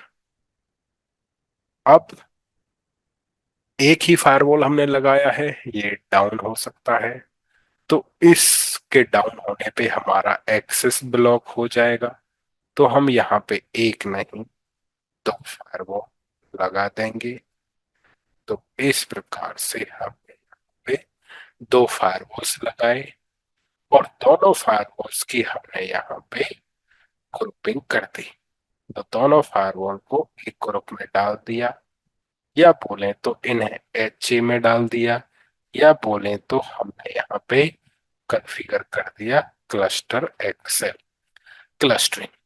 तो क्लस्टरिंग के अंदर हम जो है फायरवॉल्स की ग्रुपिंग करते हैं, साथ ही साथ उन्हें एक डेडिकेटेड इंटरफेस के साथ भी क्या करते हैं, कनेक्ट करते हैं। तो एच या क्लस्टरिंग के अंदर हम मल्टीपल फायरवॉल को ग्रुप करते हैं और ग्रुप करके उन्हें ट्रीट करते हैं इसकी तरह। उन्हें हम ट्रीट करते हैं यहाँ पे सिंगल फायरवॉल की तरह। तो हम उन्हें ट्रीट करेंगे इसकी तरह, सिंगल फायरवॉल की तरह। अब जो आपने ये किया है, इसके अंदर आपका क्या बनेगा, एक यहाँ पे बनेगा प्राइमरी और दूसरा बनेगा सेकेंडरी। प्राइमरी क्या रहेगा, प्राइमरी एक्टिव रहेगा, और सेकेंडरी क्या रहेगा, स्टैंड बाय रहेगा। तो जो पहले आपका ट्रैफिक है वो एक्टिव फायरवॉल से, पहले आपका जो ट्रैफिक है वो किससे जाएगा, एक्टिव फायरवॉल से बाहर जाएगा। यदि आपका एक्टिव फायरवॉल क्या हो जाता है, डाउन हो जाता है, तो सेकेंडरी जो स्टैंड बाय था, सेकेंडरी जो स्टैंड बाय था वो क्या हो जाएगा, वो आपका यहाँ पे एक्टिव हो जाएगा। और उसके पश्चात जो अब हमारा ट्रैफिक है वो ट्रैफिक नए वाले एक्टिव से, या बोले तो नए वाले एक्टिव से कहाँ पे जाएगा, इंटरनेट पे जाएगा। तो चाहे फायरवॉल 1 लेके जाए या फायरवॉल 2 लेके जाए, आपका traffic in to out, out to in जाके रहेगा। तो क्लस्टरिंग में क्लस्टर एक्सेल बोलो या एच ए बोलो, जिसके अंदर हम दो या दो से अधिक फायरवॉल ग्रुप करते हैं और हम ट्रीट करते हैं उन्हें एज ए सिंगल फायरवॉल की तरह, ताकि हमें क्या मिल सके, अनइंटरप्टेड नेटवर्क एक्सेस मिल सके। तो ये हमारा रहेगा किसके अंदर, क्लस्टरिंग के अंदर। फिर हमारी छोटी छोटी लैब्स होंगी, जैसे कि नॉर्मली मैनेजमेंट में हम सर्टिफिकेट बेस्ड लॉगिन करेंगे, user name password based login करेंगे। उसको आप सर्टिफिकेट बेस्ड लॉगिन में भी कन्वर्ट के द्वारा भी कर सकते हो। और एडमिन प्रोफाइल्स हम बनाएंगे, जब कोई मैनेजमेंट पे लॉगिन कर रहा है तो एक यूजर को सारे राइट्स होंगे, एक यूजर को सभी राइट्स नहीं होंगे। तो ये हमारा कंटेंट रहेगा जो हम अब इस पूरी इस ट्रेनिंग के दौरान करेंगे। ये तो हो गया समराइज्ड, डिटेल कंटेंट आपको उसी के नीचे मिलेगा, यानी समराइज्ड कंटेंट के नीचे आपको डिटेल्ड कंटेंट मिलेगा कि हम क्या क्या पढ़ेंगे, फायरवॉल क्या है, techniques, packet filtering, proxy server, stateful firewall, transparent, next generation काया का हमारा क्या रहेगा, ओवरव्यू रहेगा, इंस्टॉलेशन कैसे करेंगे, डाउनलोड कैसे करेंगे, इंस्टॉल कैसे करेंगे, गेटवे कैसे डिप्लॉय करेंगे, मैनेजमेंट कैसे डिप्लॉय करेंगे, स्मार्ट कंसोल कैसे डाउनलोड करेंगे, इंस्टॉल करेंगे। तो ये सारा हमारा डिटेल्ड कंटेंट यहाँ पे रहेगा। तो इसको मैं यहाँ पे क्या कर लेता हूँ, कॉपी कर लेता हूँ। तो कॉपी किया, कॉपी करके हम इसको लेके जाएंगे नोटपैड में। और जब हमारा ये नोटपैड में जाएगा तो मेक श्योर, तो हमने फायरवॉल इंट्रोडक्शन से लेके एडमिन प्रोफाइल तक कॉपी कर लिया है। तो यहाँ पे हमारा सिलेक्ट ऑल कॉपी करेंगे और इसको हम अपनी ले चलेंगे टास्क सीट में, वीकेंड्स चेक पॉइंट 12 से 2। और यहाँ पे जाके हम इसको ऐड कर देंगे। तो जो कॉपी किया है हमने, कंट्रोल सी, और इसको यहाँ पे जाके पेस्ट कर दिया। पहली तो डिलीट, शिफ्ट अप, डन। तो ये हमारा यहाँ पे हो गया। तो हम अभी तक क्या कर चुके, कोर्स कंटेंट क्या रहेगा, ये हम कर चुके हैं। नेक्स्ट है हमारा यहाँ पे फायरवॉल इंट्रोडक्शन। डन। तो चलो चलते हैं किसकी तरफ, फायरवॉल इंट्रोडक्शन की तरफ। अब कुछ चीजों को समझने अथवा समझाने के लिए हम दूसरे वेंडर की भी हेल्प लेंगे, क्योंकि वो चीजें चेक पॉइंट, जो चीजें चेक पॉइंट नहीं बताएगा उसके लिए हम दूसरे वेंडर से हेल्प लेंगे। तो चलते हैं फायरवॉल इंट्रोडक्शन की तरफ। तो हमारा यहाँ पे रहेगा slide show from the beginning. सबसे पहले यहाँ पे प्रश्न आता है कि फायरवॉल क्या है, फायरवॉल क्या है ये समझते हैं। तो सबसे पहले हमारा यहाँ पे रहेगा कि फायरवॉल क्या है। तो सिंपल लिखा हुआ है कि जो फायरवॉल है या तो एक सिस्टम होगा या ग्रुप ऑफ सिस्टम होगा जो मैनेज करेगा एक्सेस को दो या दो से अधिक नेटवर्क के बीच में। अब ये समझते हैं। तो समझने के लिए डायग्राम बनाएंगे कि हमारे पास हो गया एक पीसी जो कनेक्टेड है स्विच से। ठीक है, पीसी कनेक्टेड है स्विच, स्विच से कनेक्टेड है राउटर, राउटर से दूसरा राउटर, दूसरे राउटर से फिर फर्दर आपका कनेक्टेड है स्विच, और स्विच से हमारा दूसरा पीसी। तो जब आप आईपी एड्रेसिंग कर दोगे तो ये हो गया PC1, ये हो गया PC2। तो यहाँ पे आईपी दे दो।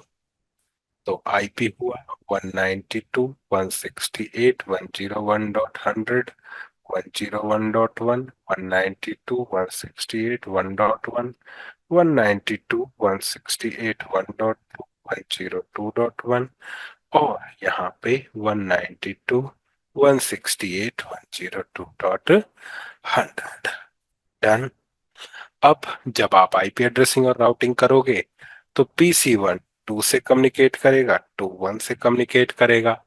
हम चाहते हैं 1 2 से कम्युनिकेट करे, 2 1 से कम्युनिकेट ना करे। तो हमें राउटर को हटाना होगा और क्या लगाना होगा, फायरवॉल आप लगाओगे।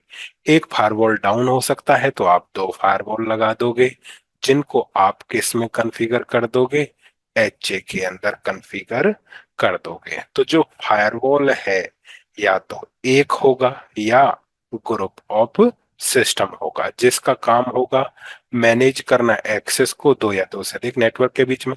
तो ये फायरवॉल बताएगा कि कौन सा नेटवर्क यानी PC1 जो है किसको एक्सेस कर सके। PC1 से 2 एक्सेस चलेगा, 2 से 1 नहीं चलेगा।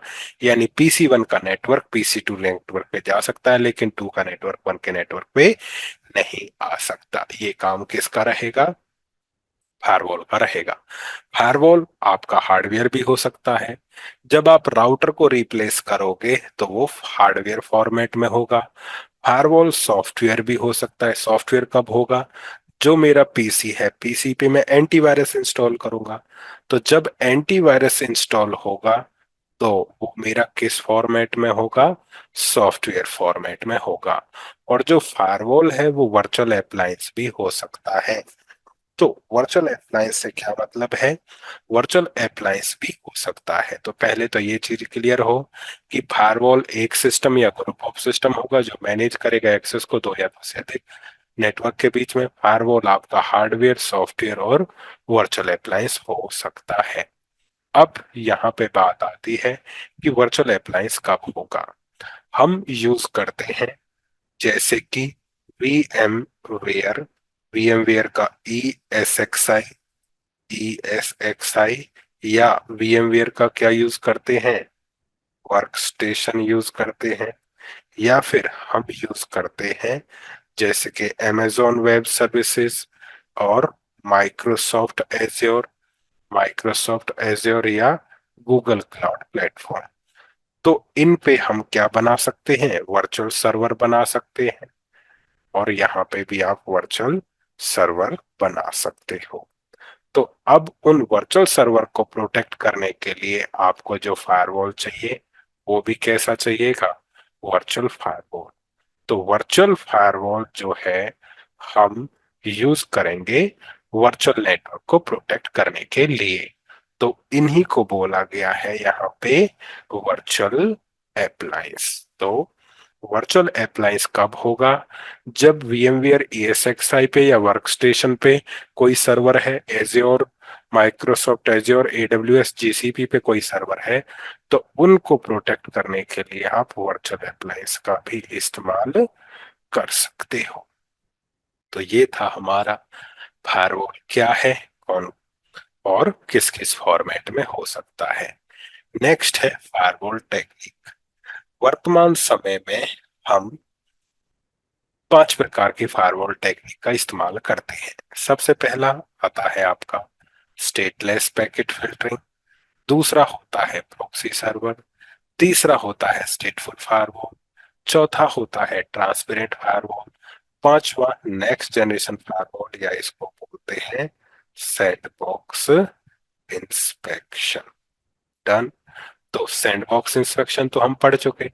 तो जिस भी डिवाइस में सैंडबॉक्स इंस्पेक्शन की कैपेबिलिटी हो या जिस फायरवॉल में सैंडबॉक्स इंस्पेक्शन की cap firewall plus sandbox inspection, तो वो नेक्स्ट जनरेशन फायरवॉल कहलाएगा। फिर है हमारा यहाँ पे packet filtering, proxy server, stateful firewall और ट्रांसपेरेंट फायरवॉल। अब हम ये पढ़ते हैं। तो चलते हैं इसमें सबसे पहले पैकेट फिल्टरिंग या स्टेटलेस पैकेट फिल्टरिंग के बारे में। तो जो हमारा होता है, जो पैकेट फिल्टरिंग बोलो या स्टेटलेस पैकेट फिल्टरिंग बोलो, जिसमें पैकेट को फिल्टर किया जाता है ACL की मदद से। और स्टेटलेस पैकेट फिल्टरिंग में पैकेट को आप फिल्टर करोगे लेयर 3 से लेके लेयर 7 तक। तो पैकेट फिल्टरिंग में ACL का इस्तेमाल करोगे, ACL के द्वारा लेयर 3 से लेके लेयर 7 तक फिल्टरिंग कर सकते हो। जब आप एक्सेस लिस्ट बनाओगे तो बना सकते हो standard access list, extended access list, named access list और टाइम बेस एक्सेस लिस्ट आप बना सकते हो। इतना ही नहीं, और प्रकार की भी एक्सेस लिस्ट बना सकते हैं, dynamic access list, reflexive access list और TCP एस्टैब्लिश कीवर्ड ACL आप बना सकते हो। उसके पश्चात हमें जानना है ACL के एडवांटेजेस। तो ACL के एडवांटेज है इजी टू इम्प्लीमेंट और कॉस्ट इफेक्टिव। डिसएडवांटेज में ये स्केलेबल नहीं और कॉम्प्लेक्स एक्सेस लिस्ट को जटिल है क्रिएट और मेंटेन करना। अब पहले ये समझते हैं कि एडवांटेज में इसे इजी टू इम्प्लीमेंट क्यों कहा गया है। इजी टू इम्प्लीमेंट इसलिए कहा है कि यदि आपका PC है, स्विच से कनेक्टेड है, राउटर है, स्विच से कनेक्टेड है और सर्वर है, तो PC हो गया सोर्स और सर्वर हो गया डेस्टिनेशन। 0 बाय 0 और 0 बाय 1 ट्रैफिक क्या जाएगा, इन जाएगा। तो ट्रैफिक विल गो इन और ट्रैफिक विल गो आउट। तो इन और आउट पे आप क्या लगाओगे, ACL। यदि ये सर्वर HTTP का है तो हमें क्या करना है, अलाउ करना है TCP का पोर्ट नंबर 80 अलाउ करना है। यदि ये सर्वर किसका है, HTTPS का, तो अलाउ करना है TCP पोर्ट नंबर 443। यदि ये सर्वर SMTP का है तो हमें अलाउ करना है TCP पोर्ट 25। तो यदि हम एप्लीकेशन का पोर्ट जानते हैं तो हमें केवल वही पोर्ट अलाउ करना है और ये आसान है।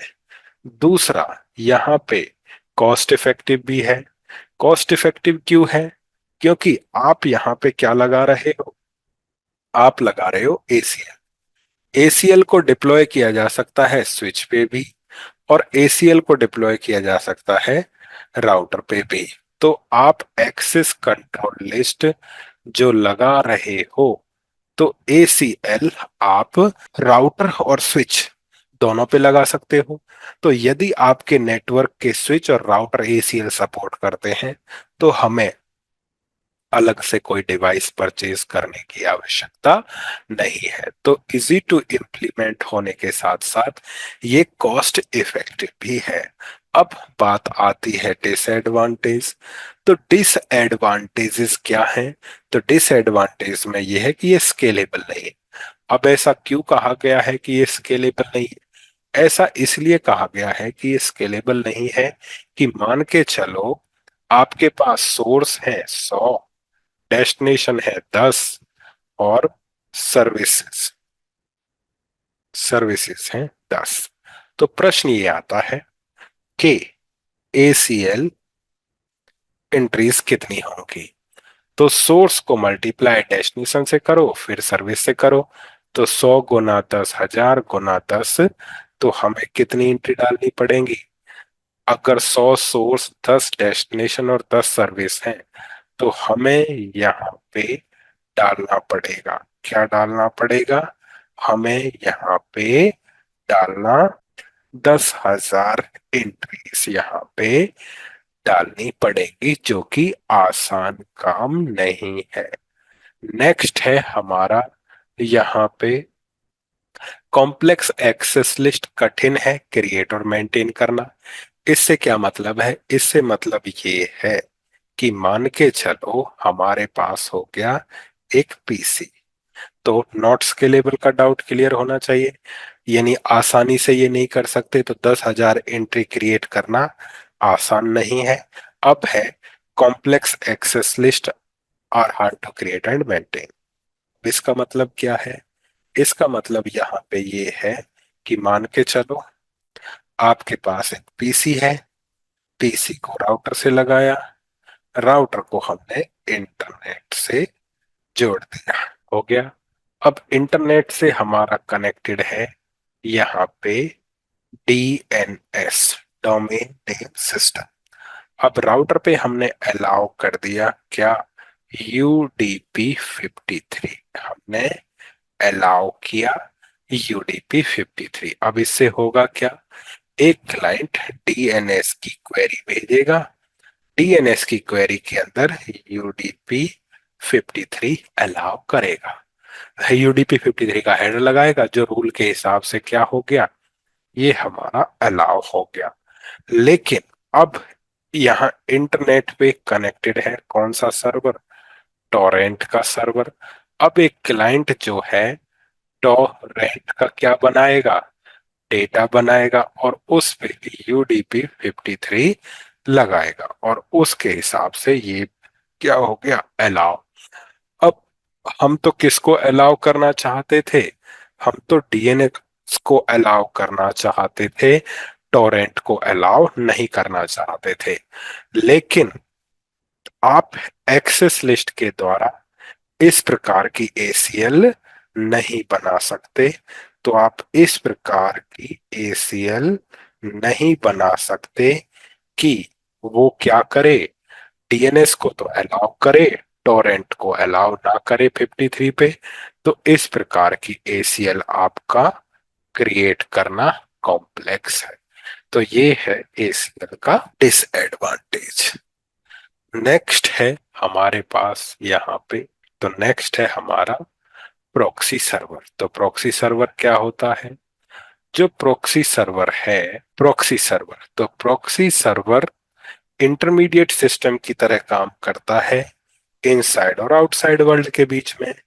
प्रॉक्सी सर्वर अलाउ नहीं करता इनसाइड यूजर को कि वो सीधा बाहर जाए या बाहर से अंदर आए। प्रॉक्सी सर्वर को एप्लीकेशन गेटवे या एप्लीकेशन फायरवॉल भी बोलते हैं। इसका इस्तेमाल URL फिल्टरिंग के लिए होता है। URL का full form universal resource locator या यूनिफॉर्म रिसोर्स लोकेटर हो सकता है।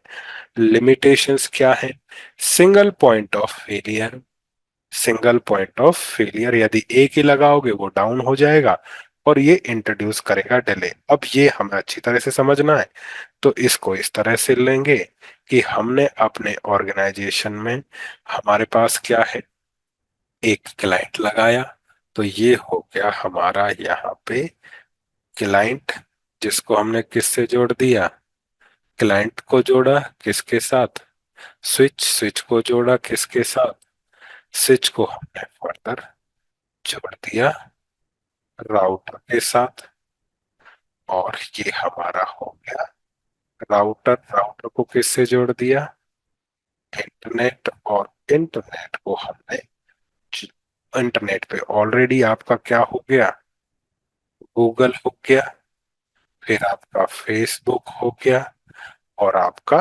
टोरेंट हो गया।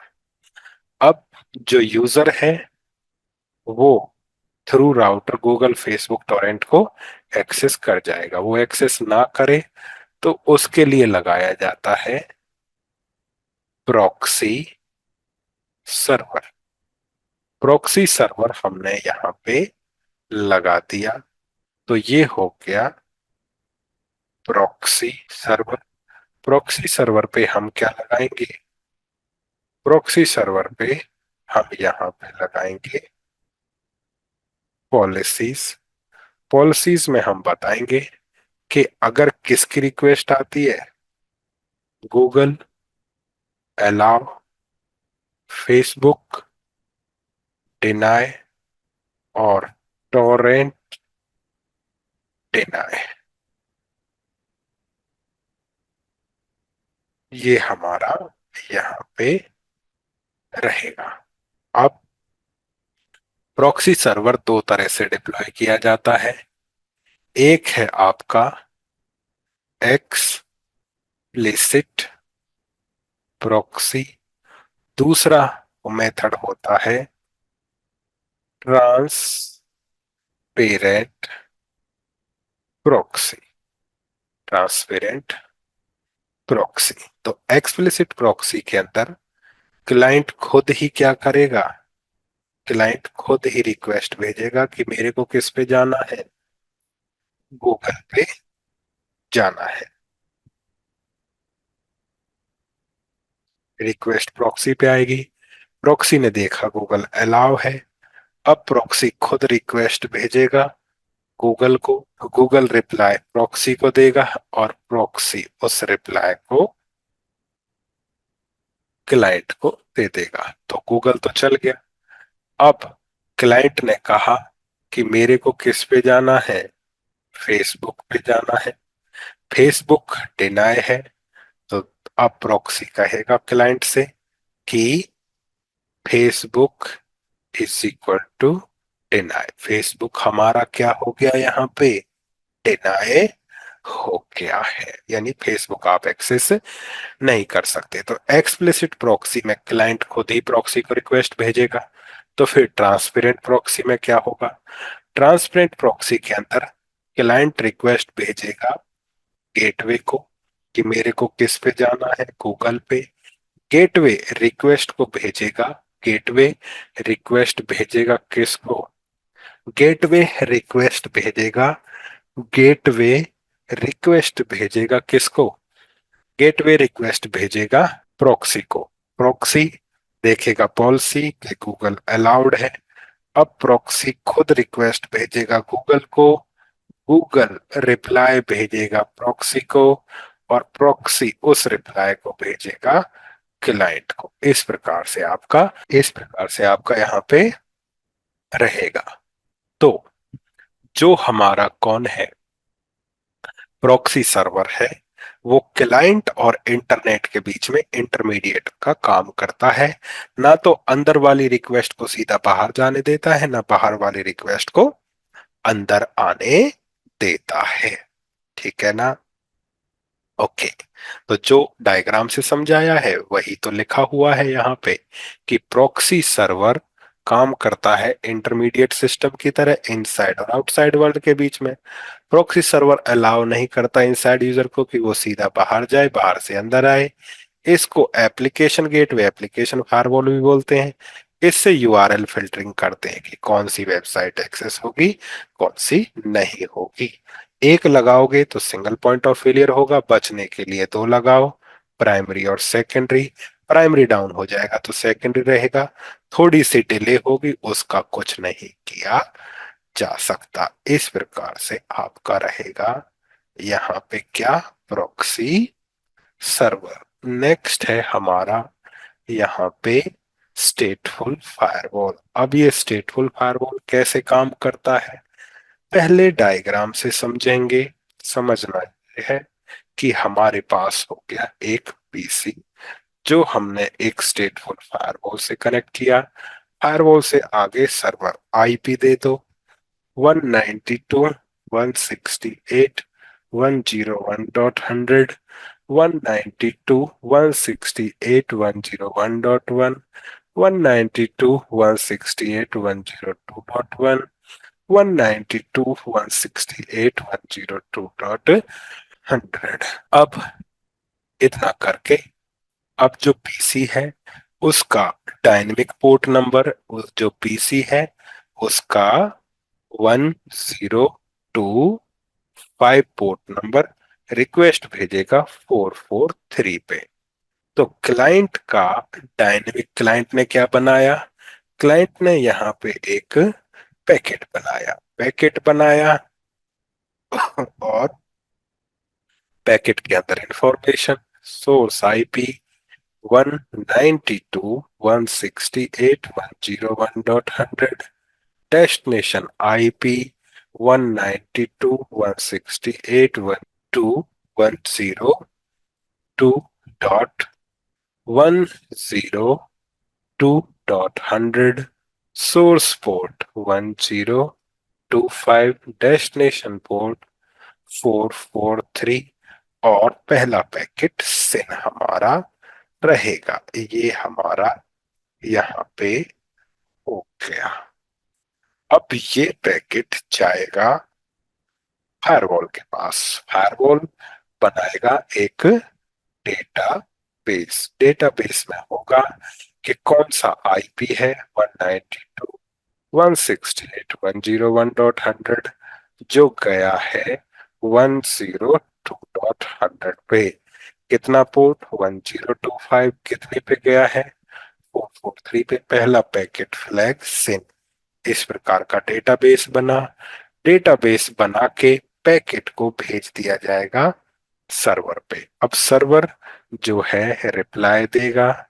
रिप्लाई में कहेगा सोर्स आईपी कितना, रिप्लाई में यहाँ पे कहेगा source IP address 192 192 168 102.100, destination IP 192 168 192 168 101.100, source port 443, destination port 1025, और सिन के जवाब में सिन प्लस एक्नॉलेजमेंट।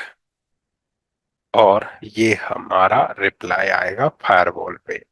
फायरवॉल मैच करेगा कौन आ रहा है 101.200, 101.200 कितना पोर्ट 443, 443 मैच कर गया। किसके पास जा रहा है 101, 101 के पास जा रहा है।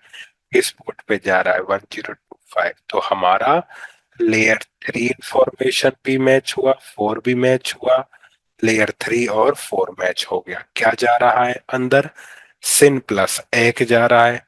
तो जब सिन जाता है सिन के जवाब में ही सिन प्लस एक्नॉलेजमेंट आता है। तो जो रिप्लाई आया हमारे डेटाबेस से मैच कर दिया गया। मैच हो गया तो अलाउ हो गया। अगर ये मैच नहीं होगा तो क्या हो जाएगा, ड्रॉप हो जाएगा। तो इस केस में तो मैच हो गया।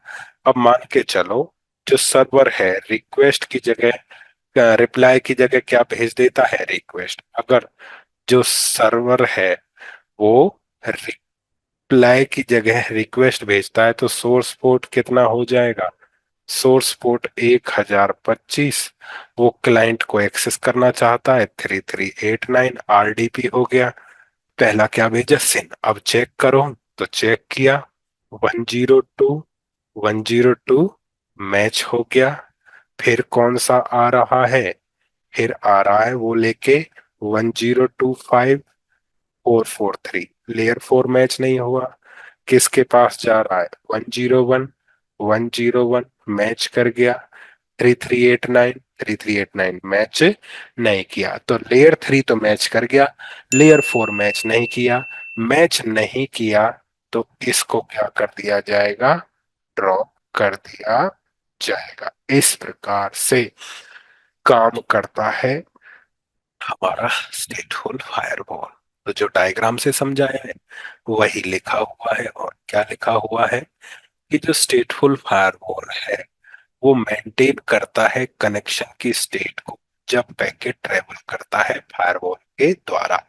स्टेटफुल फायरवॉल मेंटेन करता है कनेक्शन की स्टेट को स्टेट टेबल में, ऐड करने के पश्चात इंफॉर्मेशन को स्टेट टेबल में स्टेटफुल फायरवॉल फॉरवर्ड करता है पैकेट को वास्तविक डेस्टिनेशन को। जब स्टेटफुल फायरवॉल रिसीव करता है रिप्लाई पैकेट, तो स्टेटफुल फायरवॉल मैच करता है रिप्लाई पैकेट की इंफॉर्मेशन को अपने टेबल के साथ, और यदि रिप्लाई मैच होता है तो पैकेट एक्सेप्ट होता है, अदरवाइज ड्रॉप हो जाता है। यानी जब भी फायरवॉल के पास पैकेट आएगा, डेटाबेस बनाएगा, भेज देगा, रिप्लाई आया, रिप्लाई पैकेट को डेटाबेस से मैच करेगा, मैच होने पे एक्सेप्ट, यदि एक्सेप्ट होगा, अन्यथा ड्रॉप कर देगा। उसके पश्चात आता है हमारा यहाँ पे कि जो स्टेट टेबल होगी उसमें क्या क्या होगा, उसको स्टेट टेबल या कनेक्शन टेबल या सेशन टेबल बोलेंगे, जिसमें हमारा यहाँ पे क्या रहेगा, सोर्स आईपी रहेगा। उसमें क्या सोर्स आईपी है, क्या डेस्टिनेशन आईपी है, क्या सोर्स पोर्ट है, क्या डेस्टिनेशन पोर्ट है, एडिशनल इंफॉर्मेशन भी हो सकती है। तो ये रहेगा हमारा किसके अंदर, स्टेटफुल फायरवॉल। नेक्स्ट है हमारा यहाँ पे ट्रांसपेरेंट फायरवॉल। पहले डायग्राम से समझेंगे। डायग्राम से समझना ये है कि किसी कंपनी के अंदर पीसी रहे, तो किसी कंपनी के अंदर पीसी लगे हुए हैं, फिर आपका सर्वर लगा हुआ है, उन सभी को हमने जोड़ रखा है, उन सभी को जोड़ रखा है किसके साथ, स्विच के साथ। अब स्विच से कनेक्टेड है आपका यहाँ पे, स्विच से कनेक्टेड है राउटर। अब हो सकता है राउटर वन से router two lease line connected हो, या आपका MP LS VPN connectivity, MPLS connectivity हो, या फिर आपका यहाँ पे इंटरनेट कनेक्टिविटी हो, और ये हमारा इस तरह से हो गया। अब क्या लगा रखा है, राउटर। राउटर पे क्या करोगे, आईपी एड्रेसिंग। तो राउटर पे हमने क्या कर दिया, आईपी एड्रेसिंग हो गया। फिर दूसरा हमारा राउटिंग हो गया, नेटिंग हो गया, फिर हमारा बीजीपी और एमपीएलएस वगैरह हो गया। अब मैं चाहता हूं ये नेटवर्क सिक्योर हो जाए, तो सिक्योर करने के लिए मेरे को राउटर को हटा के क्या लगाना है, फायरवॉल लगाना है। जब आप फायरवॉल लगाओगे, फिर से IP addressing, routing, NATing, BGP चलाओगे, एमपीएलएस नॉट एप्लीकेबल, और फिर आप फायरवॉल क्या लगाओगे, पॉलिसीज लगाओगे। ये हमारा यहाँ पे रहेगा।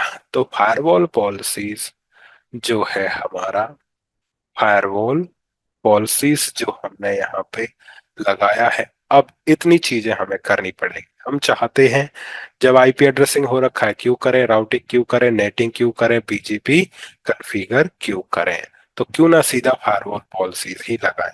तो उसके लिए हम यूज करेंगे यहाँ पे transparent, transparent transparent firewall. Transparent firewall को लगाया जाता है लेन और गेटवे के बीच में। लेन को फायरवॉल से कनेक्ट करेंगे, फायरवॉल को गेटवे से कनेक्ट करेंगे, कनेक्टिविटी तोड़ देंगे, ट्रैफिक फायरवॉल से होके जाएगा, फायरवॉल पे हमने पॉलिसी लगा दिया। तो जब नेटवर्क में ज्यादा चेंज ना करने हो तभी हम क्या यूज करेंगे, ट्रांसपेरेंट फायरवॉल का इस्तेमाल यहाँ पे, तभी हम ट्रांसपेरेंट फायरवॉल का यहाँ पे इस्तेमाल करेंगे। तो अब यहाँ पे ट्रांसपेरेंट फायरवॉल क्या है, तो ये काम करता है लेयर टू पे करता है, it works at layer two, ये लेयर टू पे काम करता है, फॉरवर्ड करता है फ्रेम को डेस्टिनेशन मैक एड्रेस के आधार पे, लेकिन अभी भी इसके पास क्षमता है कि वो ट्रैफिक को लेयर टू से लेकर लेयर सेवन तक फिल्टर कर सकता है। दूसरे वेंडर्स में जैसे कि पोलो अल्टो और फोर्टिगेट हो गया, उनमें ये फंक्शनलिटी अवेलेबल है, या तो सेम नेम के साथ या डिफरेंट नेम। डिफरेंट नेम आपका वर्चुअल वायर रहेगा। एडवांटेज क्या है, आप डिप्लॉय कर सकते हो ट्रांसपेरेंट फायरवॉल को अपने नेटवर्क में।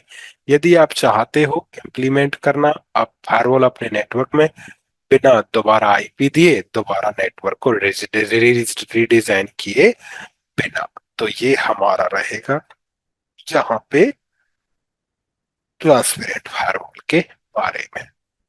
उसके पश्चात हमारा नेक्स्ट खत्म हो गया।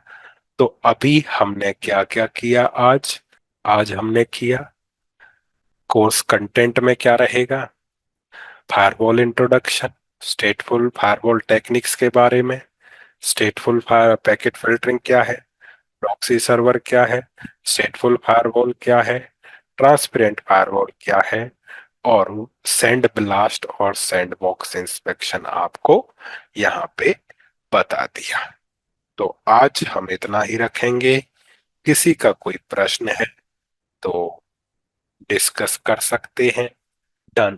प्रीवियस क्लास के अंदर हम कर चुके हैं कि कोर्स कंटेंट क्या रहेगा, फायरवॉल क्या है, कौन कौन सी टेक्निक है, जैसे packet filtering, proxy server, stateful firewall, transparent firewall, next generation firewall, sandbox inspection या सैंड ब्लास्ट के बारे में। नेक्स्ट है हमारा चेक पॉइंट गाया ओवरव्यू। तो जो फीचर्स आपको कल बताए थे वही आपके चेक पॉइंट गाया के फीचर्स ही हैं, जिन्हें हम दोबारा क्या कर लेते हैं, रिकॉल कर लेते हैं। तो ये हो गया हमारा यहाँ पे हम जानेंगे किसके बारे में, फीचर्स के बारे में। तो जो हमारा चेक पॉइंट गाया है, तो चेक पॉइंट गाया ओएस हैज नॉर्मल फायरवॉल या फिर UTM features plus next generation firewall features like. तो सबसे पहले मैं लिख देता हूं यहाँ पे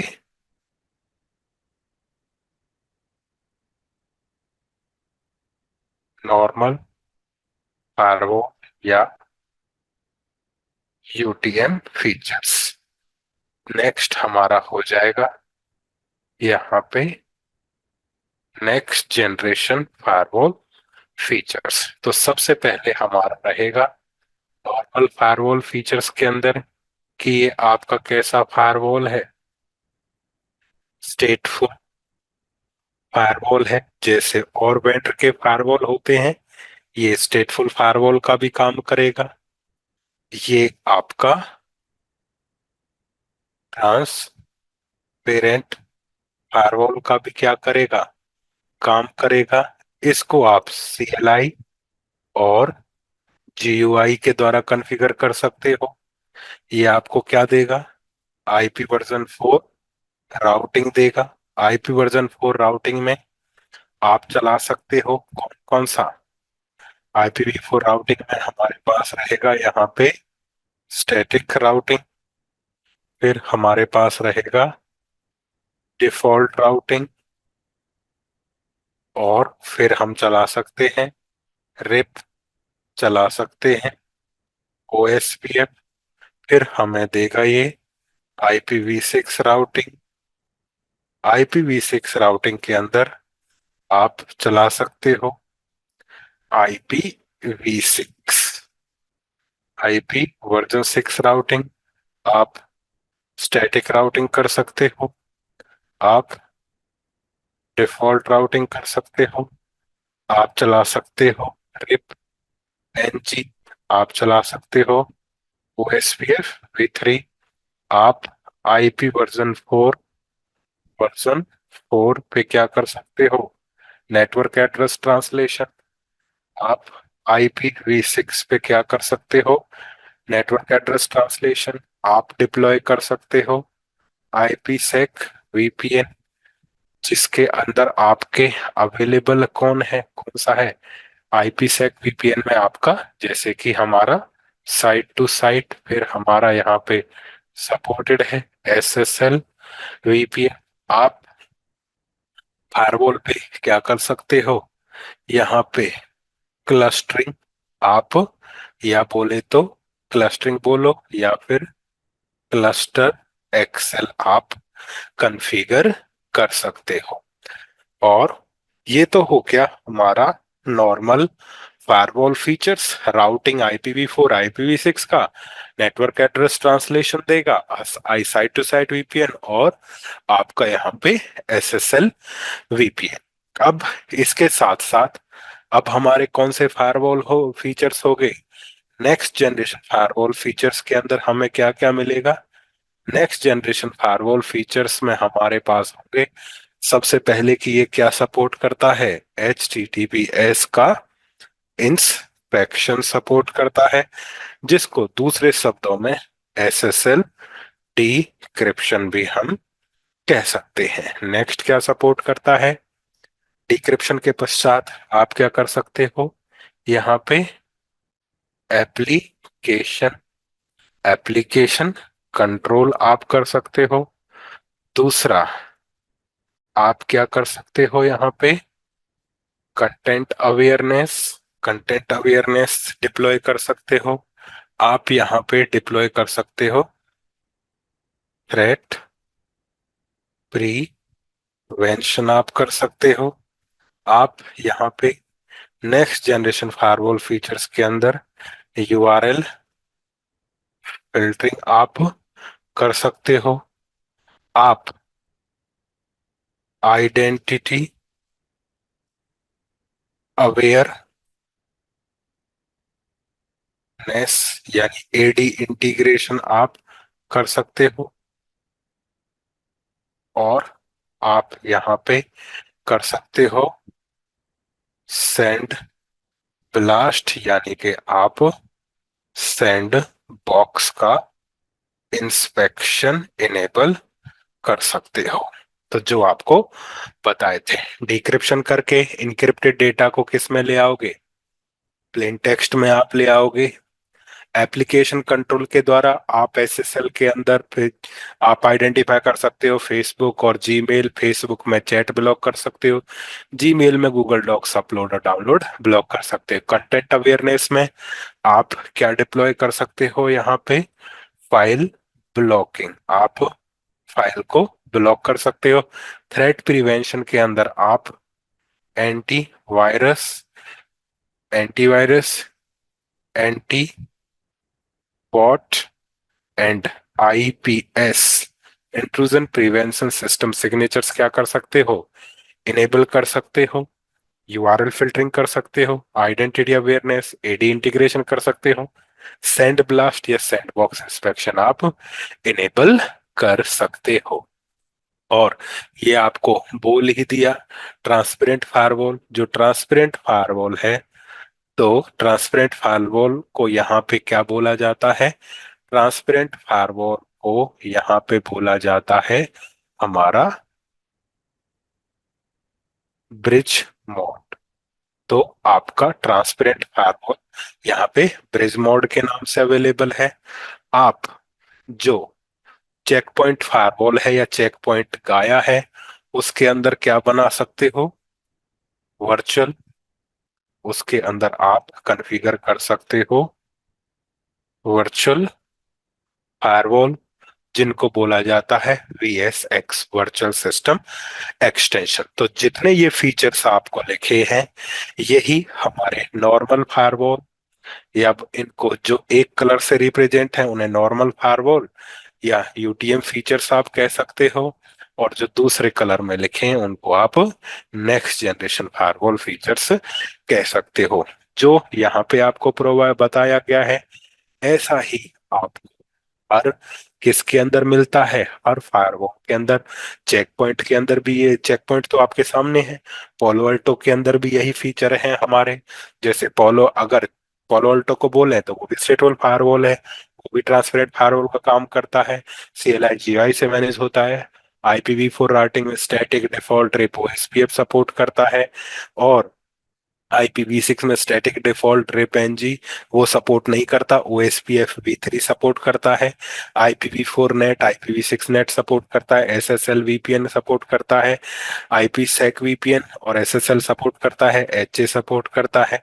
तो ये सारे वो भी ब्रिज मोड, उस पे भी वर्चुअल फायरवॉल बनते हैं। और जो आपको यहाँ पे लिखे हैं यही पॉलो अल्टो पे चलते हैं। HTTPS इंस्पेक्शन उसमें उसका नाम है SSL डिक्रिप्शन, एप्लीकेशन कंट्रोल में उसे ऐप आईडी कहते हैं, और कंटेंट अवेयरनेस में उसे कंटेंट आईडी कहते हैं। थ्रेट प्रिवेंशन भी वहां पे कंटेंट आईडी के नाम से अवेलेबल है। यूआरएल फिल्टरिंग के नाम से अवेलेबल है। आइडेंटिटी अवेयरनेस को यूजर आईडी बोला जाता है। सेंड ब्लास्ट को वाइल्ड फायर बोलते हैं। और बाकी आप यहाँ पे क्या कर सकते हो, जैसे हमारा नॉर्मल फायरवॉल हो गया या नेक्स्ट जनरेशन फायरवॉल, यहाँ पे आप मॉनिटरिंग एंड रिपोर्टिंग, ये आप दोनों फीचर्स के लिए यहाँ पे आप कॉन्फ़िगर कर सकते हो। मॉनिटरिंग एंड रिपोर्टिंग, तो ये वो फीचर हैं जो चेक पॉइंट आपको क्या करता है, प्रोवाइड करता है। और इन्हीं फीचर्स की हमारी क्या रहेगी, ट्रेनिंग रहेगी। और यही वो फीचर हैं जो आपको मैंने आपके कोर्स के दौरान बताए थे कि हम क्या करेंगे, routing RIP, OSPF IPv6 RIP, OSPF zone बनाएंगे। हाँ, यहाँ पे हम एक चीज और ऐड कर सकते हैं कि यहाँ पे हमारे क्या सपोर्टेड है। और फायरवॉल्स की तरह आप यहाँ पे क्या बना सकते हो, आप यहाँ पे जोन भी बना सकते हो। इसके अलावा जोन के पश्चात टाइम बेस एक्सेस लगा सकते हो। वो तो हमारा इतना बड़ा नहीं है, नेटिंग IPv4 v6 का रहेगा, site to site VPN, SSL VPN, identity awareness. तो आइडेंटिटी अवेयरनेस का मैं यहाँ पे पहले ही बोल चुका कि आपका क्या रहेगा, आइडेंटिटी अवेयरनेस रहेगा। और HTTPS इंस्पेक्शन, जो कि हम पहले ही डिस्कस कर चुके हैं, HTTPS इंस्पेक्शन, फिर आपका URL filtering, content awareness, threat prevention, application controls, send blast, clustering, clustering HA या क्लस्टरिंग या एक्सेल में पहले ही मेंशन कर चुका हूं। तो यही सारी चीजें हम इस पूरी ट्रेनिंग के अंदर करने वाले हैं।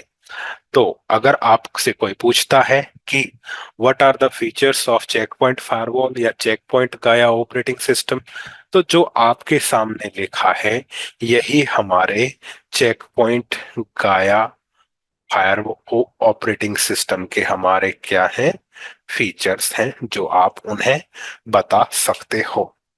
तो समझने समझाने वाला तो ये है जो हम कॉन्फ़िगर और वेरीफाई कर सकते हैं। लेकिन यही चीजें आप किससे पूछ सकते हो, चेक पॉइंट से भी पूछ सकते हो। कि कैसे पूछेंगे, तो गो टू गूगल, गूगल पे हमें जाना है और गूगल पे जाके लिखो, बस इतना सा कीवर्ड लिखना है, चेक पॉइंट गाया, चेक पॉइंट गाया। तो जब जाओगे तो चेक पॉइंट गाया ओवरव्यू, चेक पॉइंट वेबसाइट से एक डॉक्यूमेंटेशन आएगा। तो जैसे मैंने यहाँ पे लिखा आपको कि इनको आप एक्सप्लेन करना है किसी को, तो कैसे कहेंगे, चेक पॉइंट गाया OS हैज नॉर्मल फायरवॉल और UTM features plus next generation firewall features like, जिस तो लाइक में फिर आपने ये सारे बता देने हैं। तो नॉर्मल वाले ब्लू, नेक्स्ट जनरेशन वाले ये जो भी कलर है आपका, ये आप के फीचर्स हो गए।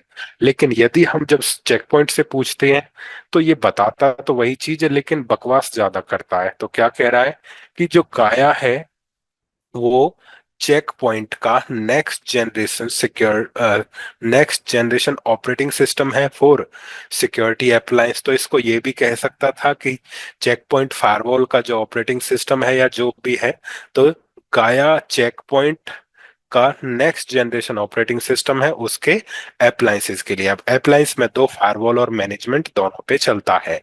फिर और ये ब्रह्म ज्ञान दे रहा है हमें कि जो ग्रीक मैथोलॉजी है, गाया क्या है, जो प्रैक्टिकल बंदा है वो इन चीजों पे आपसे डिस्कस करेगा।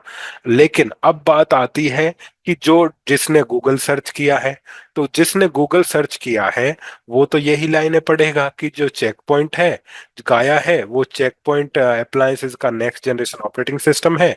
और एक्स वाई जेड मैथोलॉजी के अनुसार जो गाया है वो सबकी माँ है। जो चेक पॉइंट का गाया ऑपरेटिंग सिस्टम है वो सब सपोर्ट करता है चेक पॉइंट के सभी सॉफ्टवेयर बिलेट्स को, और डिप्लॉय होता है किस पे, गेटवेज और मैनेजमेंट प्रोडक्ट्स पे। और और आगे भी कुछ कह रहा है कि जो चेक पॉइंट का गाया है वो यूनिफाइड सिक्योरिटी ऑपरेटिंग सिस्टम है, जो कंबाइन करता है चेक पॉइंट के ओरिजिनल ऑपरेटिंग सिस्टम को और आईपीएसओ को। अब ये आईपीएसओ क्या है? भूतकाल में कोई कंपनी रही होगी जिसको चेक पॉइंट, ये आईपीएसओ जो था वो नोकिया एक कंपनी थी, उसका ऑपरेटिंग सिस्टम था, जिसको एक्वायर कर लिया था किसने? चेक पॉइंट ने। तो उसके फीचर्स को मिला के और Check point original operating system को मिला के इन्होंने क्या नाम दे दिया? गाया दे दिया। डन हुआ। और जो गाया है वो अवेलेबल है, आपका सपोर्ट करता है चेक पॉइंट अप्लायंसेस को और ओपन सर्वर को, यानी गाया ऑपरेटिंग सिस्टम आप चेक पॉइंट के हार्डवेयर पे इंस्टॉल कर सकते हो, और ओपन सर्वर किसी भी, डेल हो गया, एचपी हो गया, कोई भी और सर्वर हो गया, उस पे आप इंस्टॉल कर सकते हो। जो गाया है वो सपोर्ट करता है क्या यहाँ पे? IPv4 IPv6 वो आपका सपोर्ट करता है। क्या वर्चुअल सिस्टम वो सपोर्ट करता है, load sharing, high availability, dynamic routing, और easy to use command line interface, और रोल बेस एडमिनिस्ट्रेशन। अगर हम ध्यान से देखें, क्या इतना ही करता है? तो जब हम कह रहे हैं कि ये क्या है, हमारा नेक्स्ट जनरेशन ऑपरेटिंग सिस्टम है, तो भैया नेक्स्ट जनरेशन वाले फीचर कहाँ हैं यहाँ पे? उनका तो नाम भी नहीं लिखा इन्होंने। तो नाम क्यों नहीं लिखा? अब ये टेक्निकल ने बनाए हैं, नॉन टेक्निकल ने बनाया है डॉक्यूमेंट, मैं उस चक्कर में नहीं पड़ूंगा। यहां से बस इतना उठाएंगे हम कि जो गाया है वो चेक पॉइंट अप्लायंसेस के लिए नेक्स्ट जनरेशन ऑपरेटिंग सिस्टम है। यदि कोई और कहता है कि ग्रीक मैथोलॉजी में गाया सबकी माँ है, इससे के अलावा हमें इस डॉक्यूमेंट से कोई लेना देना नहीं है। या फिर आप ऐड कर सकते हो कि जो गाया है वो कॉम्बिनेशन है चेक पॉइंट ऑपरेटिंग सिस्टम का प्लस आईपीएसओ का, और जिसके अंदर हमारे कौन कौन से फीचर हैं, यहां से हम कितना उठाएंगे? गाया के लिए, गाया इंट्रोडक्शन के लिए ये वाली लाइन उठानी है यहां तक। और इससे उठाना है कि ये check point original operating system IPSO का कॉम्बिनेशन है। लेकिन जब आएगी सपोर्टेड फीचर्स के बारे में, यहां से हमें कोई लेना देना नहीं है।